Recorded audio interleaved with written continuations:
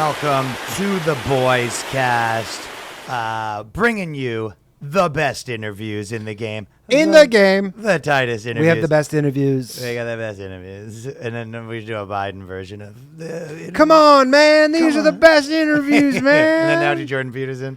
Oh, it's the best interview.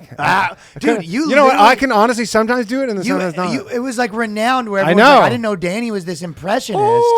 It's like, no, we have the best interviews, okay? Okay, that's pretty good. Yeah. I have to summon it. All right. Can't do. I'm a fucking. Who do you think I am? I can't just fucking be banging these different impressions out. I gotta They think were about it for a good. second. Well, we got Martin Shkreli, and we had to make it happen through a friend of a friend because he's barely doing any, so he can't come in the studio, and he explains why. So that's the reason. I mean, you can guess why. Yeah. Use your imagination. Well, why. we said we're only doing in-person stuff, but we also said like if there was some real reason why there's the only way to do it. Look, if the fucking Pope wants to be on the BOYSCAST, we're gonna zoom him in from the goddamn fucking Vatican, okay? Okay. Nah, these. Bonus episode every week at patreon.com/theboyscast. Martin Shkreli's tell all. Dude, this is a fucking banger interview. Yeah, we did go through all the stuff. This is honestly, this is gonna be an epic one. We went through all the stuff. Yeah. Okay. Martin Shkreli on the BOYSCast. The Skrell Man. Skrell That's a Man. fourth. All right. Hey, what's up, Martin? Hey, it's going. Yo. And so you're not really supposed to be doing interviews? Is that kind of the idea? Yeah, I just can't I can't go anywhere unauthorized. Yeah.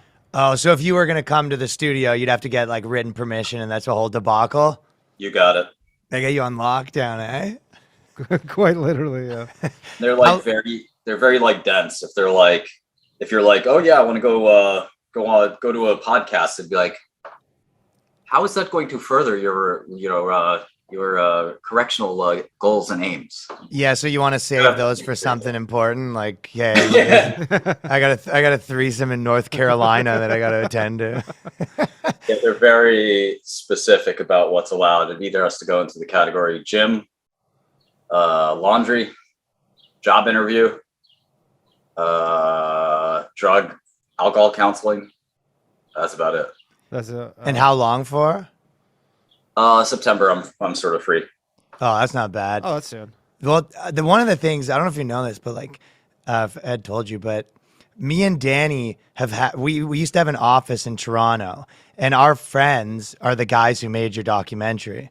Oh, okay. So obviously, like Haji, and I don't know if you know Corey Schaefer, like those guys, but well, he was editing it. So me and Danny had an office on Adelaide in Toronto, and the room beside us, it was nonstop you for like a year and a half. Dude, we would come in. No, it's not Dude, good. so it would be like, look like a crazy person, like, just how they make documentaries, right? So then we'd come in at, sometimes 4 a.m. or whatever. If you drop by the studio, our body would just be there, like going through your live streams, and, it was crazy, right? So I feel like we were kind of pretty immersed in it. So and then I've watched the documentary, obviously. So I'm like kind of thinking, like, what did you think? What did you think of it, first of all? Oh, I didn't watch it. You've never seen You're it? not going to watch it. No, I'm not gonna watch it. I mean, like any news about me, I don't watch because like I already know the news about me. So Yeah. Yeah. I don't need to watch it again. Our boy literally watched every live stream you've ever done. It's pretty crazy. Yeah, he's like, I've watched every single minute of every live stream you ever did. Yeah. Poor guy. Yeah, you just don't get involved with any of the negative press right now, or Positive or negative. I just don't. There's no reason to engage in it. I mean, I read the news for the same reason everybody else reads the news, to get information. So for me, it's like, I don't need more clarity on what I did yesterday, or like, what. Yeah, I got that covered with NFTs. Say it again? I say you're busy with that. I was looking at the NFTs you were talking about last night or whatever. Those like weird cartoon ones. Oh my God, they're so super creepy. woke. They're like these super woke cartoons. Oh, those. No, those are different. Yeah. I thought you were talking about Or the Miladies. Yeah, the Miladies.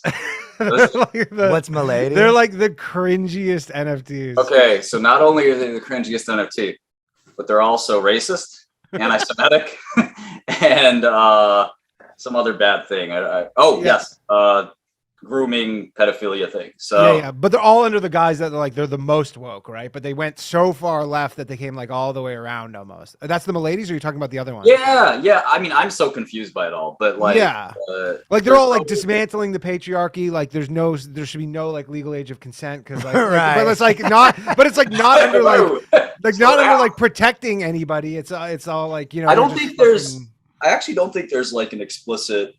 Because I wouldn't want to support any of those things that I just mentioned. But I thought you were like ironically supporting them. No, so like, yes, I don't even know. Like this stuff is it's so meta. It's layers on layers on layers of this stuff. So there's nothing overtly like negative about it. Unlike the Bored Apes, which I don't want to talk about, which seem to have like accidentally copied their logo from a Nazi logo. Yeah, that was a big scandal because nobody bothered to tell them like, hey bro, it's not good. I would tell you about a crazy tattoo I saw in jail as well, but that was sort of similar. But yeah, like the Miladies are like very innocuous, I think, but like in general in that NFT world, which is one of the weirdest places and things I've ever seen, and being from New York and having gone to jail, like I've seen a lot. Like there's nothing bad about it. It's just like this almost like a publicity stunt on their part to like create drama and notoriety. Like I think they actually were the ones that like started that narrative, or there's a narrative, I guess probably nobody started this thing. There's a narrative that there's some weird, like, again, I don't know what it is, whether it's racism or what, but like, I think mostly they did it themselves to try to keep it sort of relevant, because most NFTs just sort of die out. Nobody cares. It's like controversy sells, I guess. I don't know. Oh yeah. Were you allowed to trade stocks when you're in jail, or how does that work? Yeah, you can't ever be banned from trading stocks, or I would probably be banned from trading stocks. It'd be, whatever bad thing they could do to me, they do to me. So, you were son of one of the original guys getting deplatformed from everything, right? Yeah. It's funny because Twitch was one of the first and most vehement, like, anti-Shkreli things, and now I'm twitching every day, and I'm lucky because they seem to have this like unwritten 5-year rule of like, all right, 5 years go by, it's cool. Twitter does not have that policy. I'm in Twitter. I got Twitter life sentence. Yeah, I know, right? And did Facebook too? No, Facebook. I'm cool. Okay, so the main one was Twitter that you were OG banned. What about Instagram? Well, the other Instagram I'm good too. The other one that's really funny is the dating apps, which I was literally gonna add. That was one of the things I was wondering. Don't make any sense. Well, because you must have impersonators on there, though, right? I guess, but like I verified my account and stuff. Like it's just. Like I know like so many, I don't know if like you've seen this, you probably do, but like we know girls who like, I'll know a girl in like Toronto, she has an OnlyFans, and because she gets so impersonated, she can't have any dating because they just assume she's impersonating herself. Well, Danny's old Tinder profile was Bill Cosby. Remember that? For a week. I got a lot of matches on that. It'd be good to make like something that isn't owned. I'm sure you guys know this, but like the Match Group owns every one of these apps except for Bumble, and Bumble is just like a wannabe Match. So like they have a dating monopoly. I mean, if you want to meet somebody online, you have to pay Match somehow. So it'd be really great to fuck that company over. I just got banned from Lyft 10 minutes ago. What, did you take a dump in the car again? Yeah. Apparently you got to wear pants. I thought a shirt would be enough. But no, I guess I got like banned a couple of times, like for not wearing masks and stuff. And then this time I just got out of a Lyft on the way to the studio, and it said your account's been deactivated of too many things. I go, I didn't even do anything. Guys didn't even like the cut of my jib. Yeah. And you give them so much money. I'm the Trump of Lyft. I need Truth Lyft. Truth Lyft. Have you been on there? True Social? I need Truth Dating. I did go So you are banned from the apps though? Yeah. I'm banned from all the dating apps, but how do you get banned? What were you doing that gets you banned from the apps? Nothing, like you said. Just they said we don't want this guy on there. He must get reported. Like, dude, he goes on. Yeah, exactly. They're reporting him like en masse. Like chicks are like, yeah, I don't support this guy. I'm just, he's too toxic, and it's funny because I get like a ton of. I mean, I don't know how to say this without sounding like a douchebag, but like I get a lot of interest from women. And the pussy's rolling in on the bad guy. Like so flowing downhill. I mean, Charles Manson was getting, like, hey. I'm not saying you, I'm just saying like, I think that the worse you are, the more pussy you get. I mean, you're famous, dude. That's just general rule. Yeah, like, I don't know, like in New York, I don't feel like I'm hated, but like people don't really say anything or do anything. So they didn't before, and they certainly I don't. mean, everything time kind of heals anything, right? Time heals a little bit, but even back like before I went to prison, it was cool. Like, I mean, it's mostly dudes and like finance bros who are like, yeah, man, I love what you do, blah, blah, blah. But like even chicks are like the bad boy. I mean, we all know that. And Sending you nudes in prison? Oh yeah. All day, You got to take them with you when you leave? No, that's actually a strategic question. So I had 2 issues where I had to take my like folder of photos and like give them to other prisoners and be like, guard this with your life. And I give it to them and I see them 2 weeks later and I'm like, so you still have those? And he's like, no, what? Huh? What? I mean, they're fucking glazed over, but Oh, that sucks. Why is the rule that you can't bring that stuff out with you if it's like a personal item like that? Good question. You kind of can, I guess, but it's the guards want them. yeah, exactly. Yeah, you have to sort of inspect your shit. I don't know, but like you kind of like I mailed out like 50 boxes of my crap home.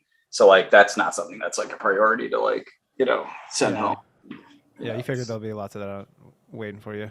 Yeah. So I mean but yeah, the dating thing is really annoying. I tried Truth Social. It seemed like really useless. Like It's the worst app. I don't know why. Like I'm sure the app actually works fine. Like it's just that like who would go on there?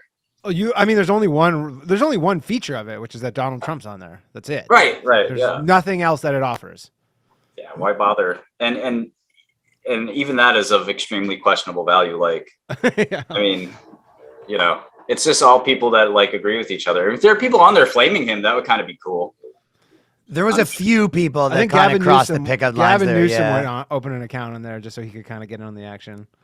Yeah, like you'd be the only one like, talking shit. So it kind of would be a little unique to do that. And then you can, I guess what you do is you take that and then you take a screenshot and then you bring it back to the normal things. Like, look, I'm arguing with Trump and that sort of the thing, right? Yeah. Yeah, feel engaged. I mean, sure, but I guess he like quit the company or quit the board or something. So I don't know what he's actually doing. But Do you think Elon Musk is going to buy Twitter? You think that's what deal's going through? I mean, obviously the risk of it is pretty low at this point. But I also think like if it were me, like this is exactly what I would do just to like get a little better negotiating power. Because it's like, they're probably sitting there telling him, listen, you have to do this deal. You have to do this deal. And he's sitting there saying, no, I don't. You sue me. By the time the lawsuit's done, it's going to be 3 years. Go ahead, make me do it. And they're like, his deal, of course, is he wants a lower price, and possibly just doesn't want it at all. We don't know. But the tech market collapsed as soon as he bought the company. It's you just kind of step in shit. What are the odds in the first time in whatever 12 years or whatever it is? Yeah, so like, give me a couple bucks, and I'm sure they're willing to give him a couple bucks. He probably wants like 20 bucks off. And they're like, no, you have to do it. And he's like, no, I don't. 3 years later, like you guys are going to forget about this and we're just going to not worry about it. He's saying I'll push this forever. Yeah, I mean, that's what I would say. I mean, I wouldn't want to be known as somebody who makes an offer and then takes it back. But like, which is really a no, that's kind of a thing you just don't do in the deal world. But, extraordinary circumstances to some extent, permits him to sort of do that. And, if they're not willing to renegotiate the deal, then fuck it, eat this lawsuit for 3 years and that will be much cheaper than me buying a company for 44 billion. I mean, it'll cost me a couple million to defend the lawsuit. That's not a big deal. So I think he's playing it smart. And during those 3 years or even the next 3 months, he can kind of be like, listen, guys, do we really need to go through this lawsuit? Let's just do this at 40 bucks. And they might just be like, you know what, you're right. I don't want to, stick around for the next 10 years. I think it'd be cool if he bought it, like if he I mean, you'll be back on. Yeah, I definitely. I bet. Personal interest. Weren't you were kind of one of the original game, the Wallstreet bets guys. Weren't you kind of in there pretty early? Yeah. Did you have GameStop? No, I didn't. But I was early in Wallstreet bets because there is a Reddit subreddit for investing. It's like r/investing. It's really dry and boring. People are like, how does a mortgage work? Stuff like that. And then I went to this place and it was like, just like true idiots. Like it was great. It's just like people just, I don't know. It's like they literally check their brain at the door before entering. And which is, like Wall Street's a lot like poker. Like you kind of want to see what the idiots, you want to play at a table of idiots, right? Like, as fun as it might be to play with Phil Ivey, like, it's going to cost you a lot of money to sit at that table.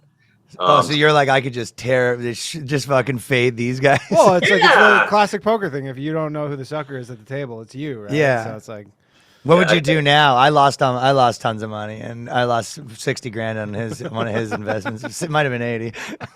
What would you do now if after everything's crashing? Do you think anything's coming back like soon, or where do you think the economy's at? Who knows, right? I mean, the problem is that it's if you could freeze time right now, we could probably figure it out. But the problem is, by the time you figure it out, something new has happened, like new inflation number, or Biden does something crazy, or Russia does something crazy, or the world has so many moving parts that there's no way for anybody, in my opinion, to really sit there and figure it out. The best you could hope for, I think, is you like one specific company. Like one specific company I like, which is really funny. You're gonna laugh when you hear it. Is Roblox, the kids game. Yeah. So this thing is like crack cocaine to fucking 5-year-olds. It's like Right. they basically like beg their parents, like, "Mommy, I want Robux." Robux are like the money that they have in this game to buy fake shit. And your kid is like, begging you like for 100 Robux or $100 of Robux so they can buy like a fake cat or a fake dollhouse or something. And it's like a metaverse basically. And kids are like so obsessed with it. It's such a weird thing. What's it down from its peak? Like, a lot. Yeah. It's like 90, 80% kind of thing. Yeah, just about. I mean, not quite that bad, but pretty bad. And like, they make a lot of money. Like, like I said, every kid in the world plays this stupid game and they're addicted to it. It's like the most insane thing I've ever seen. Like I don't know. So you would take big bets on single companies that you believe in, but. Yeah, I mean, I think that's the way to go if you're going to be a professional. I think if you're not going to be a professional, like, you're better off not doing it. Like, I would joke with people, like, if you could sign up outside of Madison Square Garden to play the Knicks tonight and bet your house on it, would you do it? No, you wouldn't. You'd probably lose to the New York Knicks professional basketball team, right? The three of us don't stand a chance, for instance, against the Knicks. 3-on-3, half court, maybe, I don't know. No, we don't. But, even as bad as they are, no. Yeah, so like, why would you want to do that in the stock market? Like, you're basically like signing up to trade against some quantitative hedge fund, like a computer hedge fund that just like has a supercomputer that's like constantly like just that's taking your money. Then you've got, it was doing that. Yes, it did in fact do that. And then you've got like, okay, so that's the one poker player. The next poker player is like somebody like Carl Icahn or Steve Cohen that's like master of the universe, like, hiring hundreds of people to fuck you over. And like, so how are you going to beat a poker game with those guys? Like, it's really dumb. Like, but people want to do it because you actually can't sign up to play the Knicks. If I could sign up to play the Knicks for $50, I would. It'd be fun. I'd get my ass. Not for everything you own. Right. And in the market, you get to pick how much money you want to lose, and you get to pick how you lose it. And people are cool with that. Yeah. How much of your money did you have to give the government after this whole debacle? It's really interesting. So was it a huge portion or not really that big of a dent? It's both. So it's a really funny scenario. So I paid $8 million in cash, just automatic. So that I had to pay in full. So I did that. And that was not a huge debt. So that was the criminal case. Then it's a really funny story, actually. I got sued. It's not that funny. It's like funny when you look back at it 20 years from now. You'll be like, that hopefully, yeah. So I got sued by the government. I'm actually the first person in the history of America, it's really surprising, to be sued as a monopolist. And that sounds surprising because there's Bill Gates, Rockefeller. Rockefeller was like, wasn't he like, he was like 1% of the entire GDP. Yeah. So they made the Sherman Act, which you learn about in high school, to stop Rockefeller and people like him, Vanderbilt, Carnegie, etc., the old robber barons of the old days. But it applies to Microsoft and all the other monopolists, AT&T, IBM, but especially recently Zuckerberg, who owns WhatsApp, Facebook, and Instagram, right? And like he'd buy Snapchat if he could. And the Oculus, right? They've had like antitrust issues, but they never got sued. Well, no, they got sued. So the FTC sued them. But you're the first one. So when the FTC sues you for monopolism, is that the word? for engaging in monopoly, for being monopolistic practices. Exactly. They sue the company because a person isn't a monopolist. The company is a monopolist. Oh, you were the first person. I got I'm you. the first human being to ever be sued as a monopolist, and it doesn't make a lot of sense because, like, Well, when you were monopolizing internet attention, yeah, exactly, yeah, I'm monopolizing something. news stories. Yeah, but it's just so funny because that is like blatantly against what the law says. Because a person to be a monopolist, you have to be in the business of trade. Like when you buy Windows, you don't buy it from Bill Gates. You buy it So from what's Microsoft. Corp. what was their what was their argument of how how you were a single person monopolist? It was the FTC's crazy opinion, and I would normally disparage the. You're not going to get in the business of talking shit about the FCC and your current. No, the FTC can suck my dick. Okay. It's the esteemed jurist, Your Honor, who I will not say anything bad about. Okay. Um, Another you don't want another Hillary Clinton's hair scenario. yeah, but one of my friends, who will remain nameless, said that he basically looked at her profile, looked at recent cases. He said, "Martin, your judge is Judge Karen. You're gonna lose. Like this woman. Oh no. Yeah, you're done. Like she's like you're the. So this hasn't happened yet. No, I lost the case, and so that one you lost a good amount of money. Oh, basically, it in essence is virtually everything. So the funny thing though is it's such a wild case. Like it's almost certain to be appealed and reversed, according to my attorneys. That they basically, like, if you read the case, I won't get into it, but like I can't be a monopolist. I don't buy and sell you medicine. Like you're not going to see me at Dwayne Reed being like, hey, does anybody want to buy these pills? Like it doesn't work that way.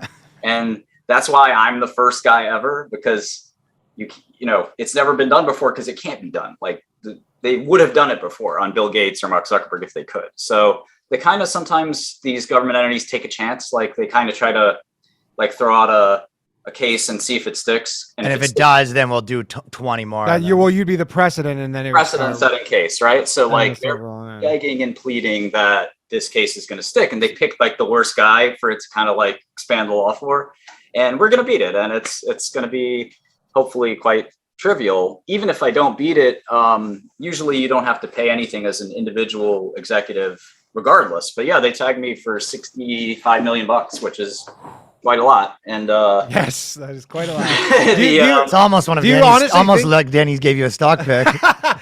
Do you think like Zuckerberg's almost like rooting for you to win this? Because if you lose, like, are they just like he's up next?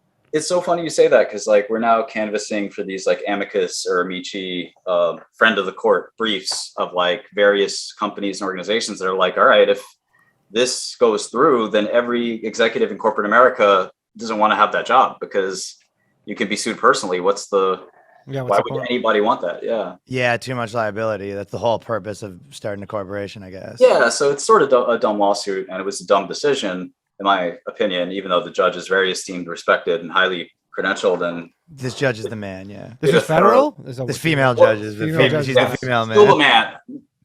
Whatever. Yes, it was a federal case, but the so anyway, it is what it is. Like we'll appeal. We'll see what happens. Like I have a lot of confidence. I mean, technically, the company is going to pay like a good chunk of it. So if worse came to worse, I might have to pay 20 or 30 million, which would be certainly a setback. But like at the end of the day, you know, I've also discovered, and I think Jill helps you a little bit here, but I discovered it beforehand that like really rich people don't have much of a different life from everybody else. Like it's I've never changed anything, no matter how much money I have. I always said that. Yeah, it doesn't, like the people that change things, I think are the most like sad. Like they think they're having a lot of fun, right? But like they're the people that are like just going ham and like trying to find fun, just like instead of actually enjoying who they are.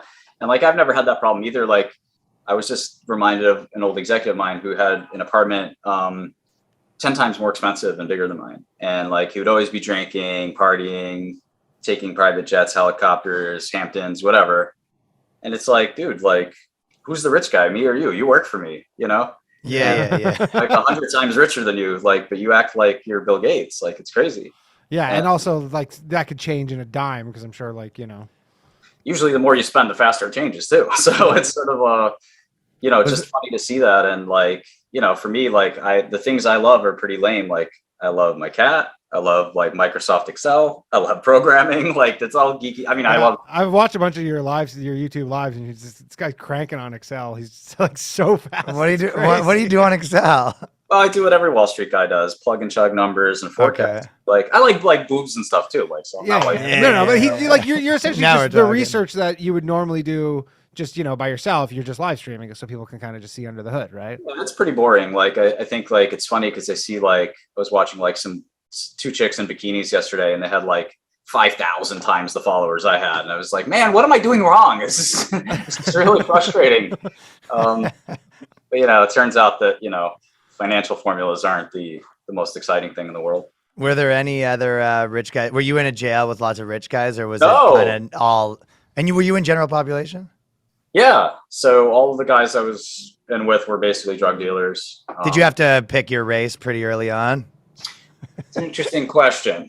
Was there any of that? Being like, yeah. So my first day at this prison called Fort Dix, this guy named Glass comes up to me. they call it Fort Dix for a reason. That's I'm the reason. Well, Glass shows up, and Glass is from like West Virginia. He's a meth dealer / meth head. He's like, "Hey, Shkreli." I'm like, "Yeah." And he's like, "I got a pack of wolves ready to go at all times. You gonna join up?" And I was like, "No." Can I not? Yeah, is no an option? Right. Well, that's the funny thing. I was sort of like engaging him, and this isn't a person you should engage. So I was like, well, like I don't know what's wrong with like black people. Like my whole room is black guys. Like we're all friends. Oh, you're saying that? Yeah, and You're like, yo, I'm co-owner of the Wu-Tang Clan, dude. yeah, exactly. and he was like, let me tell you something about prison. Y'all need to understand something. When shit hits the fan, there's only 3 colors: black, brown, and us. I thought you were gonna say blue. I was just like, listen, man, I'm gonna take my chances with my roommates. I think I'm okay here. Right. So you hung out with black dudes in prison. That was kind of the squad. All over. I mean, everybody. But the It's point everybody. is, like, you had that racism of like, let's. And he never bugged you again. He never came back, and he was like, It's funny taking because on I his saw position. him. I saw him all the time, and he had like a couple goons with him that were like, and I was Yeah. like, I don't know, what do you even mean? Like, do you want me to like do? Yeah, do I have to do stuff? I'm kind of like, I'm pretty high profile. I might not be the guy to do your Do you job. need some spreadsheets? Like, I don't know. Yeah, you become the accountant for the fucking white supremacists. You're like, I'll make you a deal. I'll do the Klan's accounting. Oh, I actually did do a little accounting for a Bloods group. A CFO, associate CFO for Come on. interim CFO. Yeah. Interim, yeah. You don't want the Like cigarette Permanent accounting title. on like commissary and stuff. I would just advise on I wouldn't keep ledgers and books, but yeah, I mean, I would advise. We'd have meetings in my room, and I would just like scoot my chair in. It'd be like, Turn it around backwards. Shkreli's with us. And it was this funny group, which is now defunct, called the Mac Ballers. And it was, there were like 10 Mac Ballers in my room. So I was like, fuck it, Oh, you were in a big room with all the people? Yeah, it was 12. Well, it actually wasn't that big. It wasn't like a hangar because I was in a prison that was more like a hangar. This was a 12-man room. So That sucks. Yeah, it's not as bad as you might think. It's a six bunk beds. It's like summer camp. Is that eventually it feels like camp? It actually is totally like summer camp for thugs. It's actually And those guys liked you? Was there anyone who ever had a 100% specific with that. bone to pick?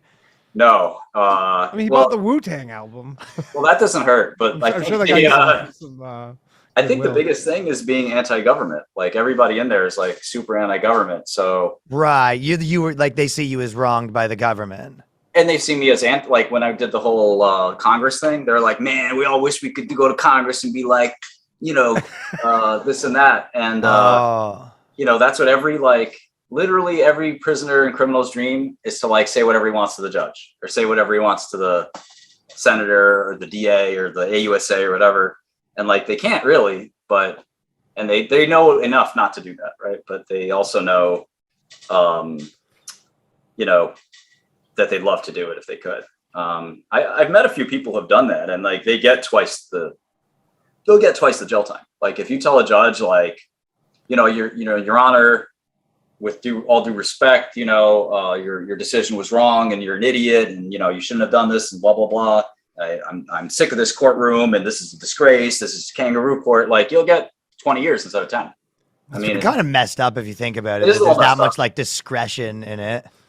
Yeah, it's like the judge has a bad day, or you remind them of their like ex-husband or ex-wife, and they go "fuck you," like just totally. Like it's funny because I drew what a lot of people say was a really good judge, and I think that's true. And I got 7 years, but there are other judges that are giving me 20, 25 in a heartbeat, and like it's chilling to say because it's almost like you can't even believe it. But we got a lucky draw of the nicest judge in the whole courthouse, and like there were 20 other judges, like a murderer's row of like judges who are like going to be like, yeah, let's prove that this prick isn't bigger than the government or bigger than the law. So that's why everyone always pleads out a lot of times too, right? Definitely. I mean, that's the other funny thing is that if you even go to trial, which is your constitutional right, that's held against you. yeah. And it's like most people can't afford it.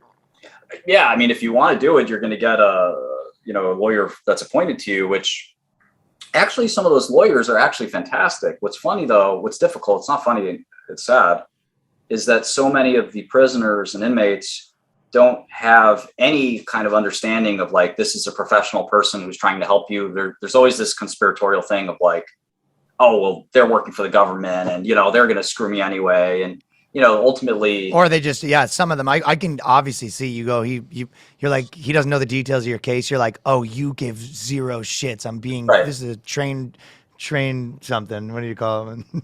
Railroad. I'm getting railroaded. Getting railroaded. Like you feel like the government, first of all, your life's falling apart anyway, right? Like you just got raided by the FBI. Not in a good place. Yeah, you may have been denied bail. The one person who's trying to help you has got 18 other cases, is not going to really pay attention to your case that hard. Probably just going to tell you to plead out. This could be your 5th case. Like it's a very bad cycle of shitstorm. But I did meet a lot of crazy people, a lot of really funny people in prison. Like there are a lot of natural comedians. I feel like there'd be a lot of funny people in that scenario. Well, in fact, like that's the major pastime in prison is we call it bidding. So like we would just like, I'd go to like your guys' cell, for instance, and I just like fucking open a bag of popcorn and just talk to you for 3 hours, telling war stories about like crime or anything. Everyone's just talking shit all day long. And we should let them do podcasts. They should like. There are, my understanding. Was there anyone with like illegal phones doing TikTok videos like you see? Doesn't that seem like you get caught so easily though? You do. And there is a podcast. I think it's called, I forgot what it's called, but it might be The Room Number. Like our room number is like 318 or something. And like, that's very bait. yeah. So like room XYZ is, there's a podcast out there right now. That's a weekly podcast from prison. I mean, all you need is any like basic smartphone and like the Anchor app, and you can straight up just like do it pretty easy. But don't they just come raid it and shut it down? Well, they have to. Well, the thing is like, you got to figure it out. They got to figure it out. And like with the TikToks, that's way more bait because like I would see TikToks where it's like some guy's in his cell and you go like, you're showing your face. But if it's just audio, that would be a hard thing to pinpoint where this audio, like there's a really popular. Well, theirs is named after their podcast. room number. So well, I'm saying, or whatever. Easier. I'm sure that room number exists in prisons all over though. Like that specific thing, right? It'd still be so hard to, unless they're just giving away all that info. Yeah, I kind of want to do a call-in show and be like, any prisoners out there, call in. Yeah, I do a call-in show. I actually do one. Yeah, get the prisoners to call in. And yeah, because I guess there's like a lot of people in there that were, musicians or, trying to be in entertainment or something like that, right? Like there's got to be like a ton of rappers, right? Everybody's a rapper. Everybody.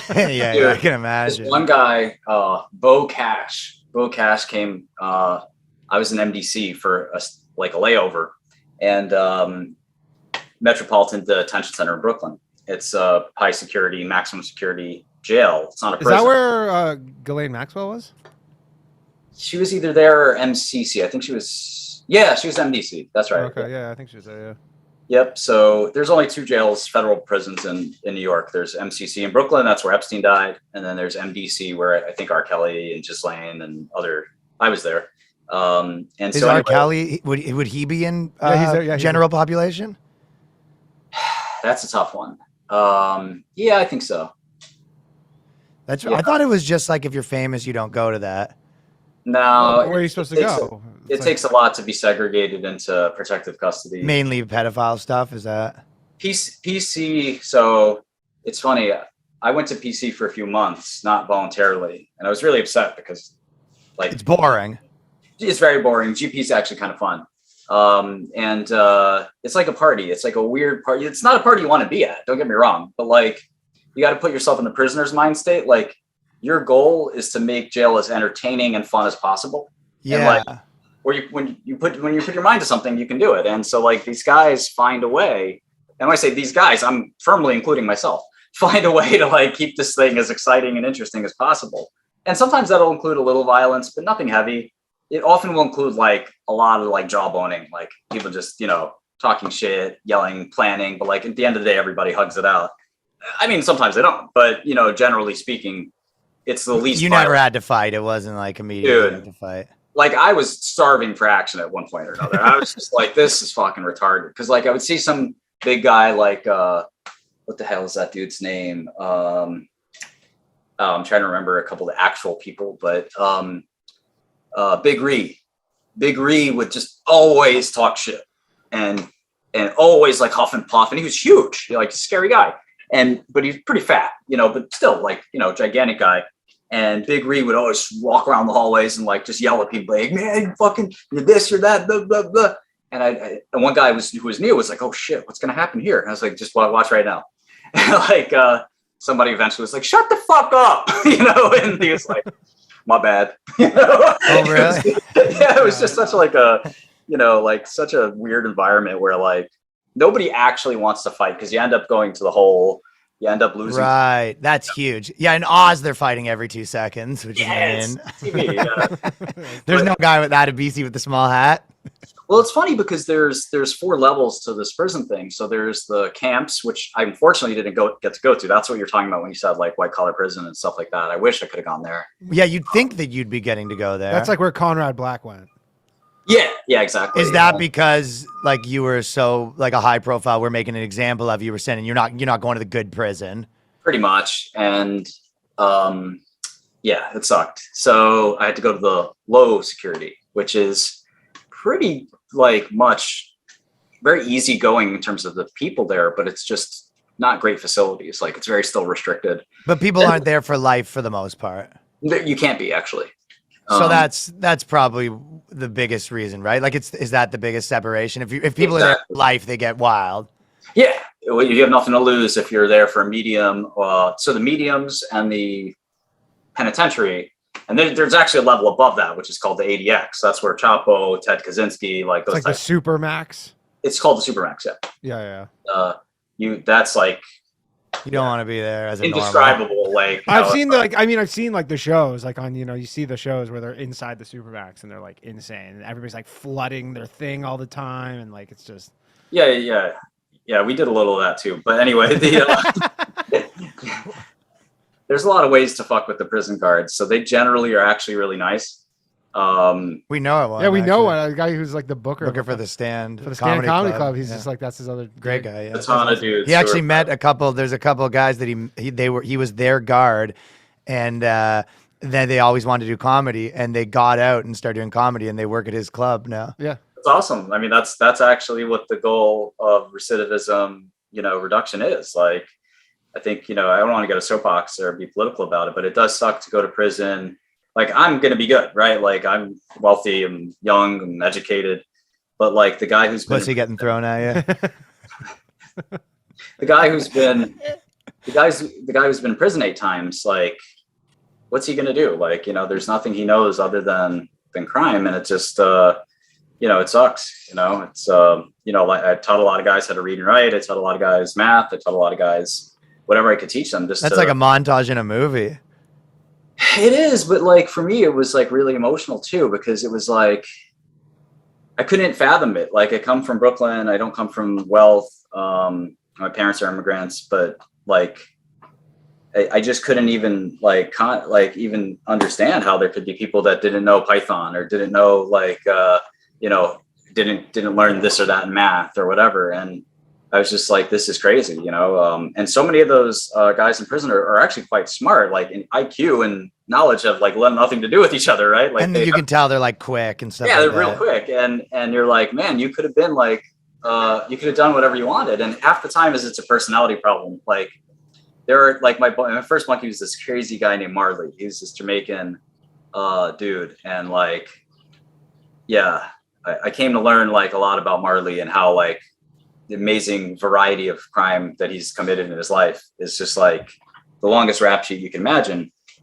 And I was like discussing his case and stuff. And I was like, yeah, man, I think you're going to get like 10 to 15 years. He's like, that's nothing, man. I'm supposed to be dead already. I'm like, right. Like that's the mindset.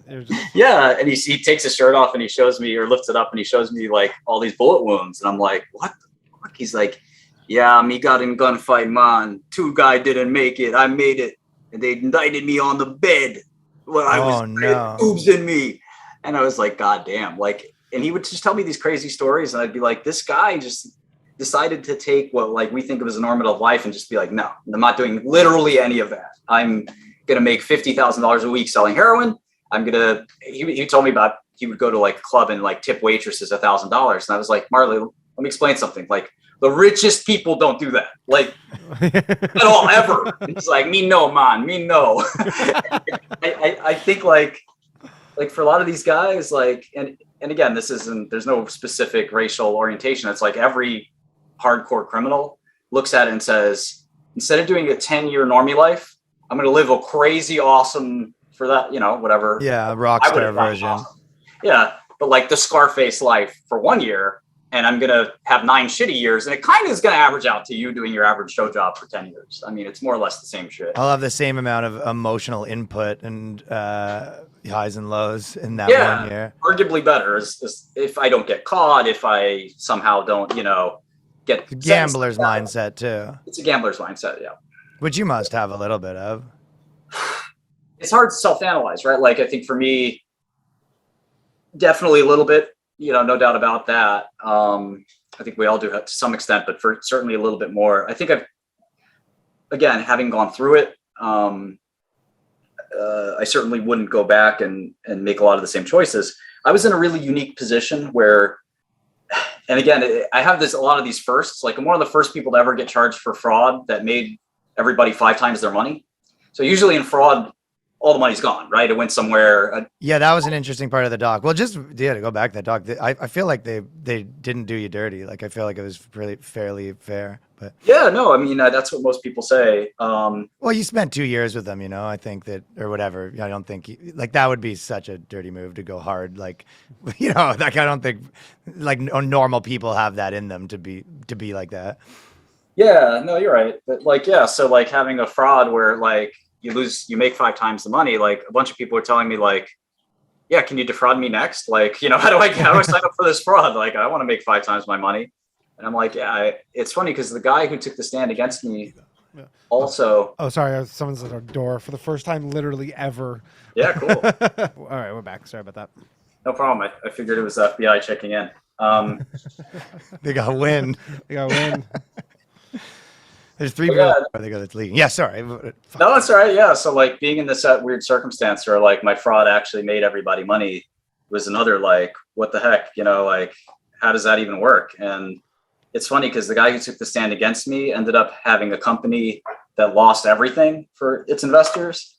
And it didn't exactly do everything kosher from what I'm told, but you know, he never got indicted. So it's just like, you know, pick on the person that is well known, should make an example, all that stuff. And you just had a target on you. They were just coming after you with throwing the book, essentially. I also painted the target on my back. Yeah. So, yeah. Is that when you say I would have done stuff differently? You're just like, it's kind of like the, you know, whatever the old saying is like the one who dances gets, you know, don't dance. That's the one that gets sliced down or whatever, right? Yeah. Would you have got much less time had you not like all the... My lawyer said that I would never got indicted at all. Like it just wasn't worth. Would you have got a fine or something? Yeah, probably something like that. So your lawyer basically said, he goes, I've seen this before. You never would have gone to jail. Yeah. That's every lawyer said that, but it's cool. Like, you know, at the end of the day, life throws you curveballs. Like, you know, I have a friend who has a very rare disease called OI, and he's had 500 bones broken in his life. His bones are like, It's like Mr. Glass. Mr. Glass. yeah. In fact, it's the same disease. Yeah. So like, I have another friend who passed away while I was in prison at a young age. So like, at the end of the day, like, we still have so much to be thankful for. Again, I don't know if this case is going to prevail or not, but like, you could take every dollar from me. Like, it wouldn't faze me that much. Of course I wouldn't be happy, but it wouldn't be like, oh no, my life is ruined or something. Like, we all have great lives. Like, we have our health, like the kind of living you can have today versus 50 years ago with the amount of money is like so substantially better. Like, it amazed me that when Corona happened, like, instead of the world economy crashing, like, basically America just threw a big party and was like, okay, cool. Like, we're just going to stay inside and like, nobody's going to work. And we're just going to like, wait this thing out. And it's like, when in history could you ever do that? Weren't you trying to get out because of Corona? Because I think you were like, you wanted to be involved in helping or what wasn't? Yeah. I mean, I know how to make drugs. I'm a Pharma bro, right? I mean, like, that's my thing. And it would have been nice to help make a medicine. Obviously, Pfizer and Merck and all those companies did a good enough job. So Danny actually had a pretty good point that he was saying. Oh yeah, like what do you think of like all the, because you go on Twitter and there's so many like people who like kind of hate you, and then their bio is just like House of Pfizer. Have you seen that? How people will put that and they're like, you've never seen that? So there's like all these generally all like super like liberal people, their vaccine, they'll be like, if they're Pfizer vaccine, like it's like they wear it as like a badge of honor. They go like House of Pfizer, but they'll be like, the same people who like shit on you. But they also shit on the drug companies for being. They don't. Though. No, they don't. They're like loyal. It's they're switched. Yeah, they have like Pfizer tattoos this? and stuff. These people are because crazy. it became like vaccine became like I'm left wing. I have the vaccine. Yeah, and I'm a pro-vaccine person, and I'm a Republican. So like for me, it's like, or at least something of a Republican. I'm not like some Trumper or something like that, or like, I mean, we could talk politics if you want, but like, yeah, we can in a second. I'm not finish some the like pharmaceutical thing. Yeah, so like, I don't have a deep political allegiance, but like to me, the vaccine thing just makes sense. But yeah, I always thought that the left hated pharmaceutical companies for being rapacious, greedy jerks, and now they love them because it became, or I guess you're saying they love them. That's what happened. Yeah, that's crazy. Yeah, I mean, yeah. I think it actually, like, what saddens me the most is like, I always viewed the pharma industry and biotech as like an awesome industry that always got this bad rap, and like, it seems like no matter what it does, it's always going to get a bad rap, and I didn't help that cause very much, but Purdue, the Sacklers didn't help it, and yeah, the Sacklers aren't doing any favors. What are the Sacklers do? The fucking OxyContin, right? Yeah. Oh, okay. Yeah, they didn't do so great. I still get blamed for diabetes, like insulin, EpiPen, like drugs I have nothing to do with. I still get blamed for that all the time. So I'm like biotech Jesus, like I'm dying for everybody's sins. Well, I have a question, by the way. Yeah. The drug, the main one, that was for the cat thing? That's for the... Yes! It is, right? Yes, you know that. Yeah, not many people know that. It's for like crazy cat ladies. Yes! His drug? Yeah. Alex Stein. Yeah. You know what Alex Stein is?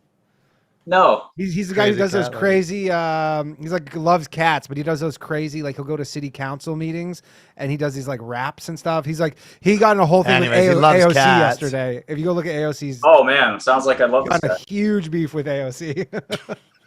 Oh my God, I heard about this. Yeah, that's the guy. But he's like, So what does the cat drug do? Sleeps with 5 cats on his bed, and I tell him that he has toxoplasmosis, and he says there's a disease called toxoplasmosis, which is, that's the other funny part, is it's very, very, very fucking rare.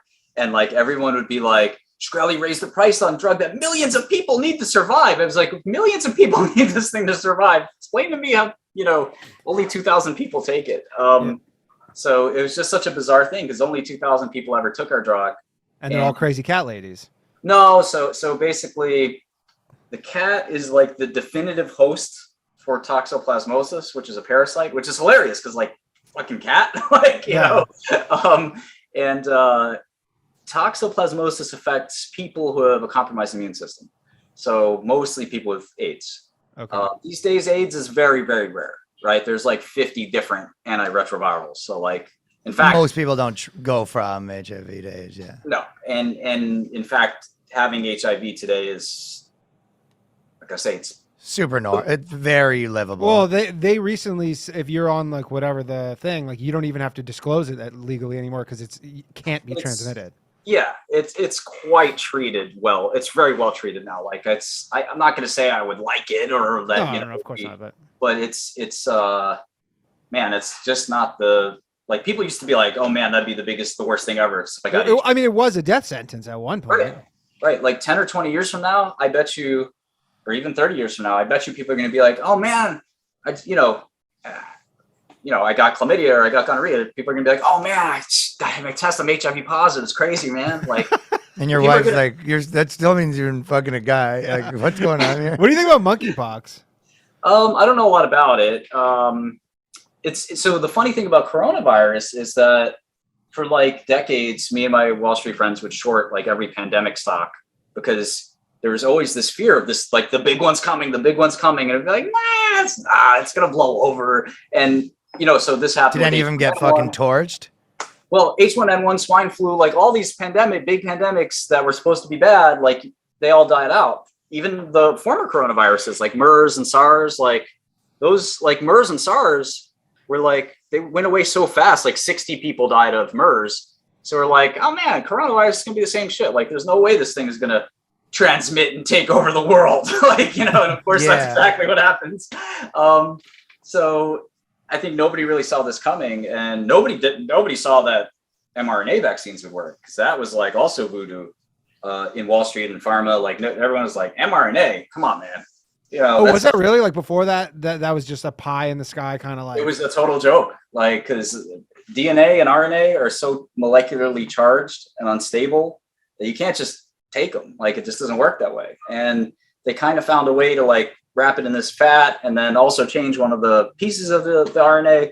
It's kind of a miracle that it works. And the funniest part of all is that it works better than any other possible thing, which is like, it's stunning. It's like a modern miracle. And you still have thought the vaccines were gonna come some other way. Some other way. Yeah. I definitely didn't think mRNA was gonna work. And because it never worked before. And people have tried to make DNA-based or RNA-based drugs for 50 years. And there have been a couple of small breakthroughs, but not like a general purpose, like this works now. Do you think there was just so much money in it? Is that part of it? No, I think people just tried and failed. It was just a tough mousetrap. And no, but I mean now, like once the pandemic happened, like obviously, like how did it line up? The amount of R&D like going into this. Well, didn't Moderna apparently, like when they got the sequencing for it, like they had their essentially what was the vaccine like a week later? Yeah, that's the cool thing about DNA and RNA is it's so modular that you just change the code, right? So you just need a technique to get it inside the cell. And most cells are like, they're this like repellent shield, or like anything charged or anything big, positive or negative charge, or anything large, it's not coming in. And that's been like the canon for decades and decades. And that's why they all failed. They're too big, they're too bulky, they're too positively charged. And then all of a sudden this thing worked. It's not going to work for everything, but it certainly like these things go to the liver, and the liver is like the garbage disposal, right? It just takes in everything, like whatever your body, whatever trash you ingest, like liver's like, bring it on, man, I got you. And it's just constantly metabolizing everything. So it's not a surprise that they can sneak a little bit of mRNA into the liver, but to get into the brain, to get into the lungs, to get into wherever, it's still going to be a challenge. So I think it's important technology. It's really cool. It's just frustrating to me as kind of like a pseudoscientist or a guy who was in the scientific, at least, industry. Damn, you consider yourself a pseudo-scientist? You should see what our comment section looks like. any comment section. Or any comment section. But if you're like I actually have publications, US patents, world patents. I've invented drugs. I've run drug companies. I know a little bit about this stuff, but it's I still want to, respect my really, successful colleagues who are fantastic. But like it saddens me to see like people like challenge this shit. Like, so you think that the people like, do you think that there was an in between where it's, sometimes it was being oversold when it wasn't? And possibly, yeah, possibly. I would say though that the guy who's sitting there with his arms crossed, being like, no, man, I'm not taking that shit. Like, dude, like when you're like like your toilet breaks down, you don't fix it. Like you call a plumber. And I bet you, but I guess the argument is like the government doesn't say that, you know, if you don't come and fix your toilet, we're putting you in jail or whatever. I'm saying that. Your neighbor's gonna say that. I imagine guys in jail couldn't have been, like that kind of guy couldn't have been too, because I feel like the guys that don't like the government is usually my friends that are most against the vaccine. What was the vaccine policy there? Like, you could take it if you wanted, but mandatory.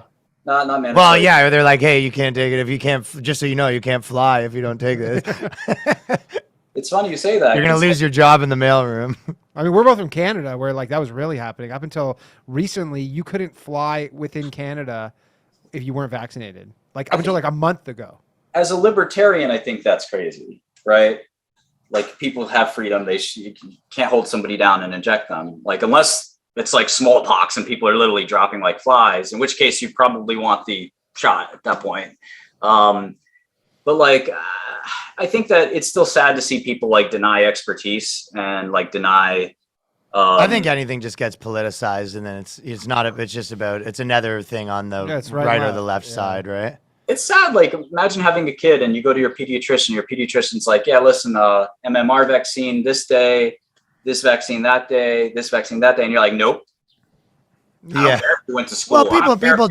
I guess people do that with like. I mean, I did a stand-up show at the Stand like 3 weeks ago with that guy Alex Stein, and it was Robert Kennedy Jr. Like our RFK Jr. has this like it's this charity that's like for helping kids, but it's just like they're an anti-vax like group, and they're just like their thing is like we help kids, but they're just like no vaccines for kids. That's like how they help kids or whatever.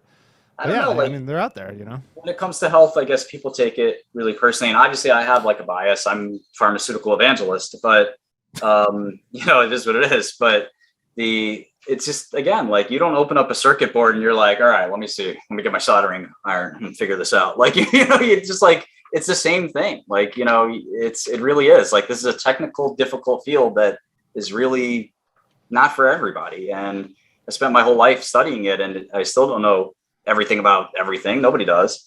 But you know, how could you just sort of like just be like, yeah, no, I don't care what any experts are going to say. I'm going to make up my own mind. So. I guess it kind of what happens is with anything though. It's like once there's something that they want to happen, it's like, you know, the scientists, just like anyone else, get in line. I mean, just in like any industry where you go, hey, this is what we're doing. Like just in comedy, you go, hey, this is what we want right now. It's like lo and behold, everyone thinks that now, right? So it's like, yeah, that's true. I think things just naturally have their. And people are contrarian. Some people are just naturally contrarian.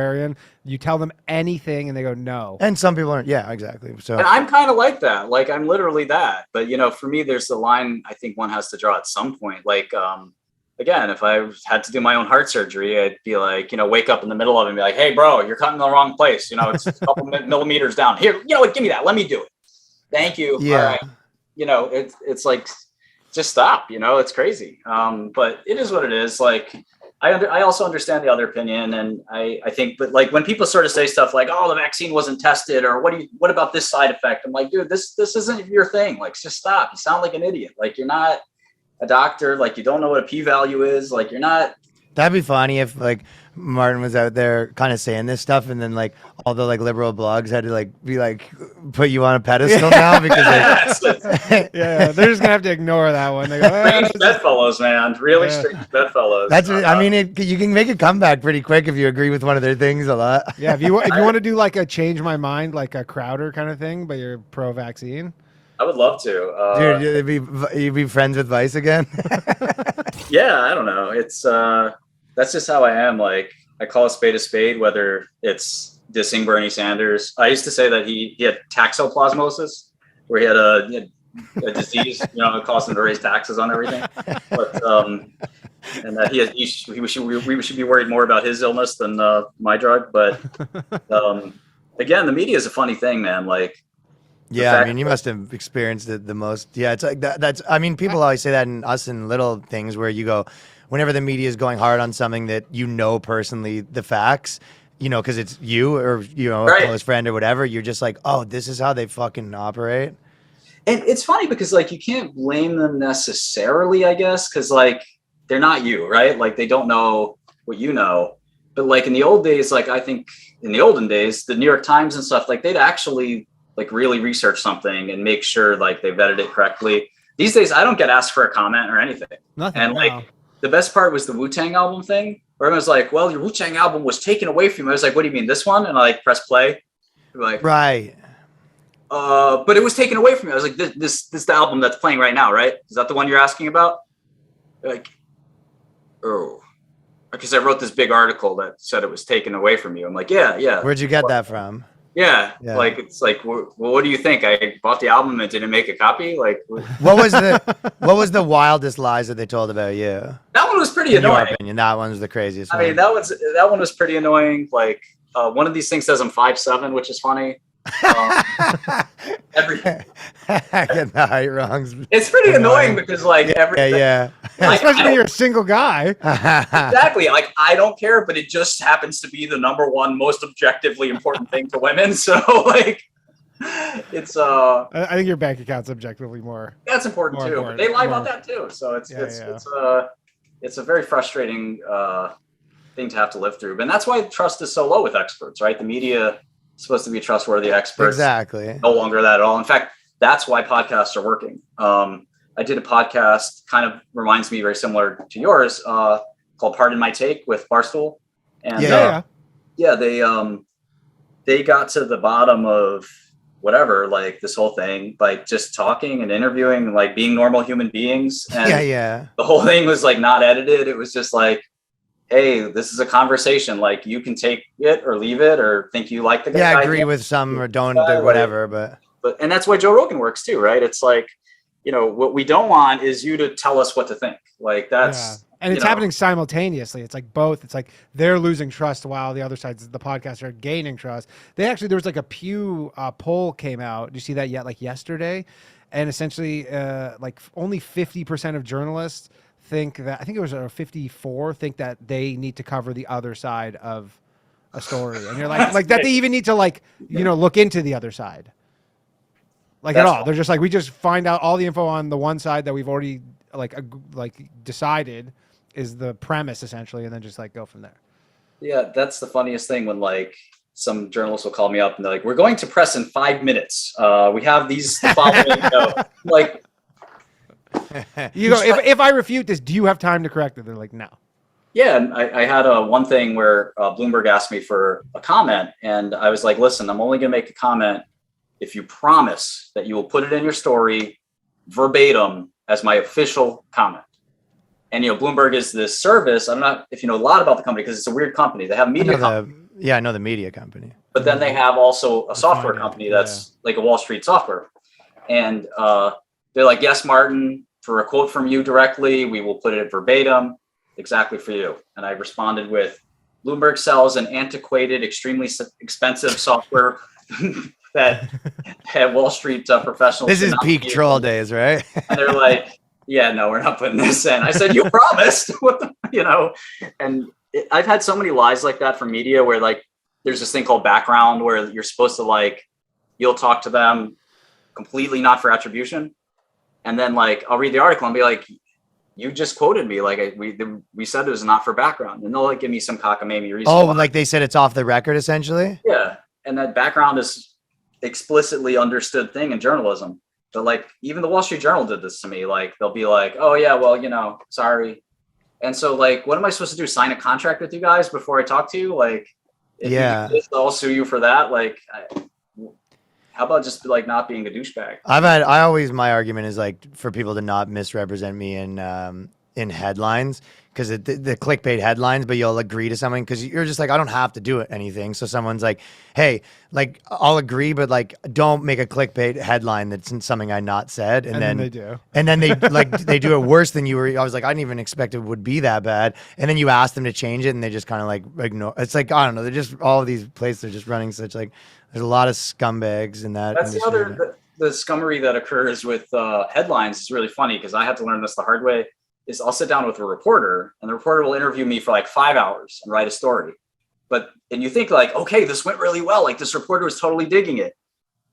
Absolutely, completely irrelevant, because then it goes to the editor and the editor's like, oh, right. I think that's I don't like this guy.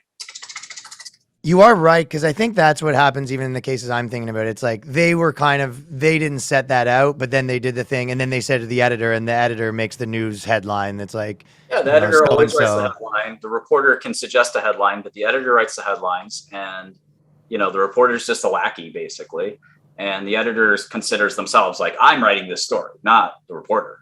And it's such a crazy thing, and the editors don't make any money. So there's also no like accountability from lots of people, because the editor is like, I'm removed from this thing enough not to care, and the other guy's like, it's out of my hands. It's totally a lack of accountability, and it's the most important part of the article. And so the editors don't make any money. They're working for some media company. Sometimes at a place like Vice, they're like 26 years old, and the one thing they do have, other than six people living in one bedroom in a Brooklyn apartment, the one thing that they do have is they have power. They have the power to dictate a headline. They have power to remove the one sentence that kind of mollifies you. They have power to augment the one sentence that makes you look bad. And if you try to fuck with their power, that's kind of like one of the biggest insults. And I would routinely try to do that. I'd like go on Twitter after like a journalist posts an article, and I'd be like, oh, your article is wrong. And this is, I'd write something like nasty or like dox them or something like that, and be Dox them? well, I like live stream. You mean dox their name, not their address? I don't know if this Maybe the address came out. this is a long time ago. I think the world was a different place right now. World, yeah. Yeah, you were hyped up in those days. We got Elon. Need Elon to buy Twitter. Get you back on there. I like that, but like it's dangerous too, because like that feedback. That's what got you into trouble. Yeah, like that dopamine. So it gets everybody into trouble. There's no upside at all. Like There's no. I heard someone say once that like essentially people go on Twitter and then they get in that feedback loop, and then it becomes like this game, and like literally winning the game is just getting kicked off of Twitter. it's cancer. The final boss. That's the final boss. Is just finally getting kicked off. Like imagine playing that game, and then Hillary Clinton @s you and like says something about you, and you're like, I disagree. Then 5 minutes later, you're like, you're a bitch. It's like, right. And then everybody's like on Twitter's like, half of the people are like, fuck you. Half of the people are like, get him, Martin. Yeah. It's People love a self-destruction of any sort too. Yeah. A martyr. People love a martyr. And she's not exactly the most popular. Right. Person. Definitely. Yeah. Like, so after I mean, I really enjoy the performance. Who was the worst one that, like, of all the ones that that you were just like, man, I got misrepresented here? Well, maybe a good way to answer it is who did I get it in with? So Steve Colbert and Patton Oswalt were like two guys that were really like so dense and stupid about it. They weren't a fan. You said? No. So Colbert. He's the pharma bro now. Yeah, did you ever see his vaccine dance? No. Oh, dude. Oh, you must have missed it. Oh, I have to pull him. You're saying that wasn't going viral in the jail?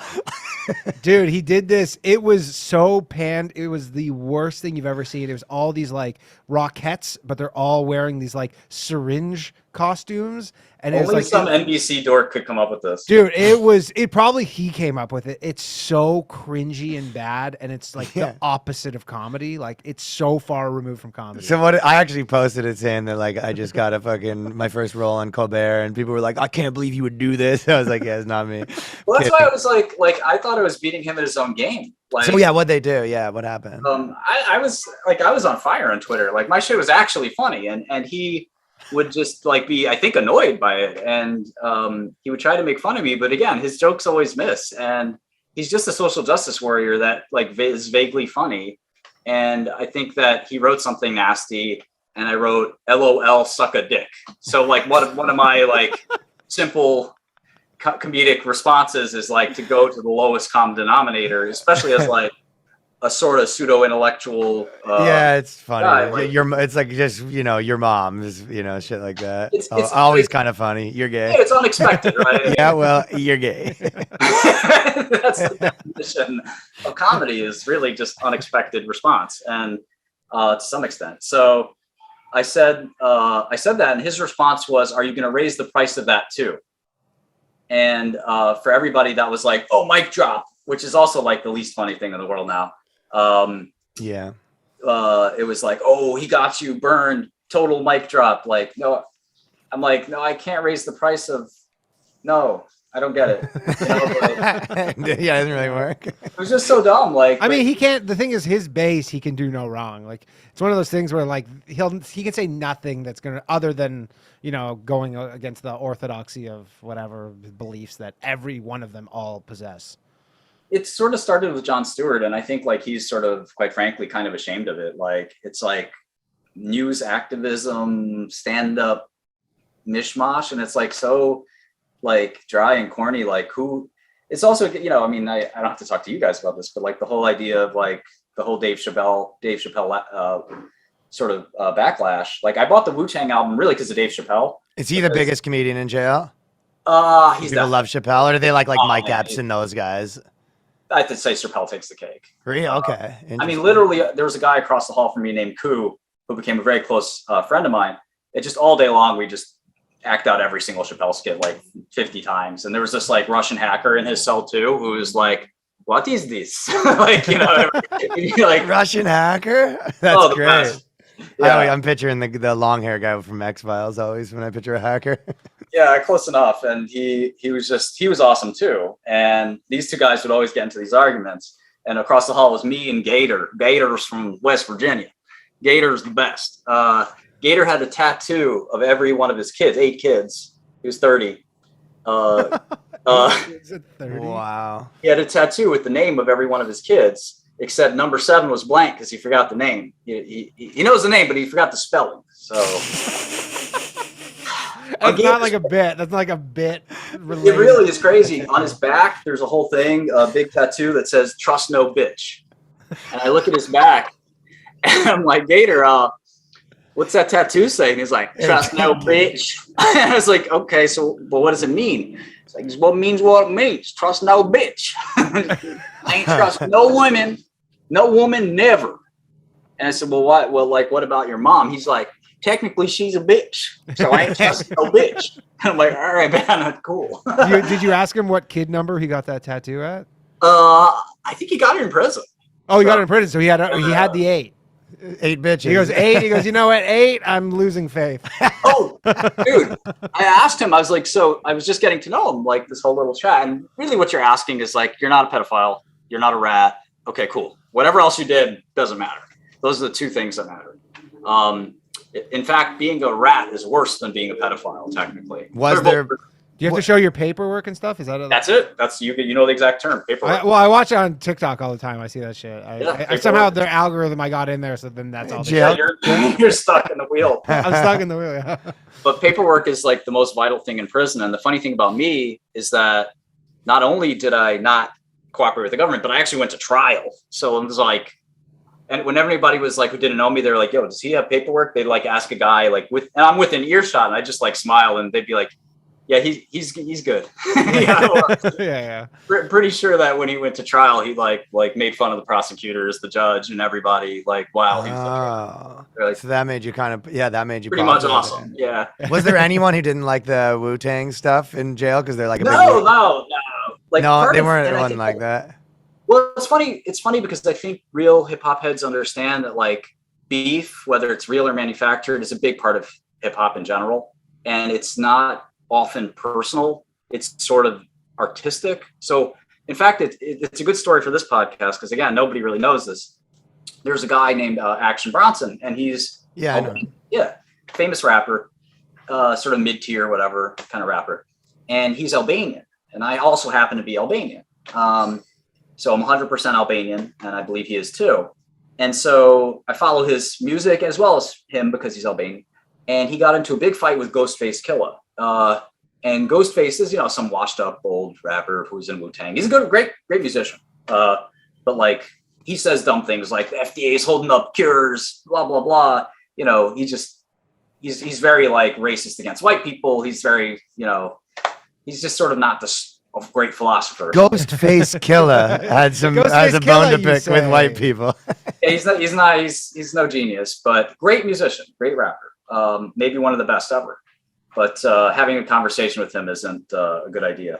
So anyway, they have this big quarrel, and Ghostface puts out a video that's like an hour long. And if you haven't seen it, you have to see it because it's the funniest thing ever. He's like threatening Action Bronson's life. He's like making fun of him. He's like, I'll set your beard on fire, you fat fuck. You know, he's just going on and on and on. And it's awesome. And I watched this thing. I'm like, this is the best thing ever. Like, you know, this guy is so reckless and stupid. He's just doing this on YouTube. And in the background is like this old TV from like 1980. It's like, this is fucking great. And so I make my own video just as and then he says something about me, which is cool or whatever. But I make my own video as sort of like a satire on his video. I remember that. Bronson. And it was totally a cringe satire. Like, it wasn't intended to be serious. It was intended to be an allusion to his video. But we all kind of ran with it. And again, like, I talk to the Wu-Tang all the time. Like, I don't, there's no beef. Like, Still? no, there was never a beef. Ever. Like, Oh, well, maybe I bought into it then. yeah, no, I mean, we did a good job, you know? Like, It was a work.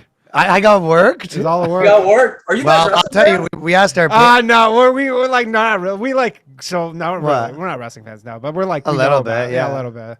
I was. Are you a big wrestling guy? I wouldn't say big, but yeah. We have friends in comedian friends who do like independent wrestling. I'd events love to in actually Brooklyn get in and that stuff. scene. Oh, dude, I'd you'd be a great manager, man. Oh, that'd be great. Well, just Oh. before we move on from the thing, we did ask about, we had a bunch of questions on our Patreon, and one of the guys did ask, he said, of your opinion, who's the best MC in Wu-Tang? That was a Patreon question. Yeah, so I mean, I think Method Man is probably the best rapper and artist in general. Like, he's a really creative dude. His vocabulary is insane. I mean, if you haven't seen this Wu-Tang vocabulary analysis, somebody did a quantitative analysis of every I rapper. have seen that. Yeah.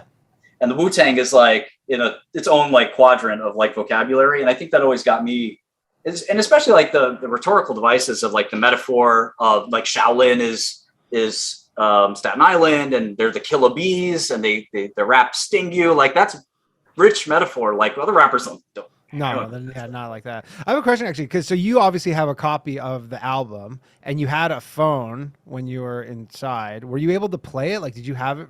Could you play it for people? Yeah, I sent it to a few friends in jail. And again, it's like Meek 'Cause Mill. if it's on- yeah.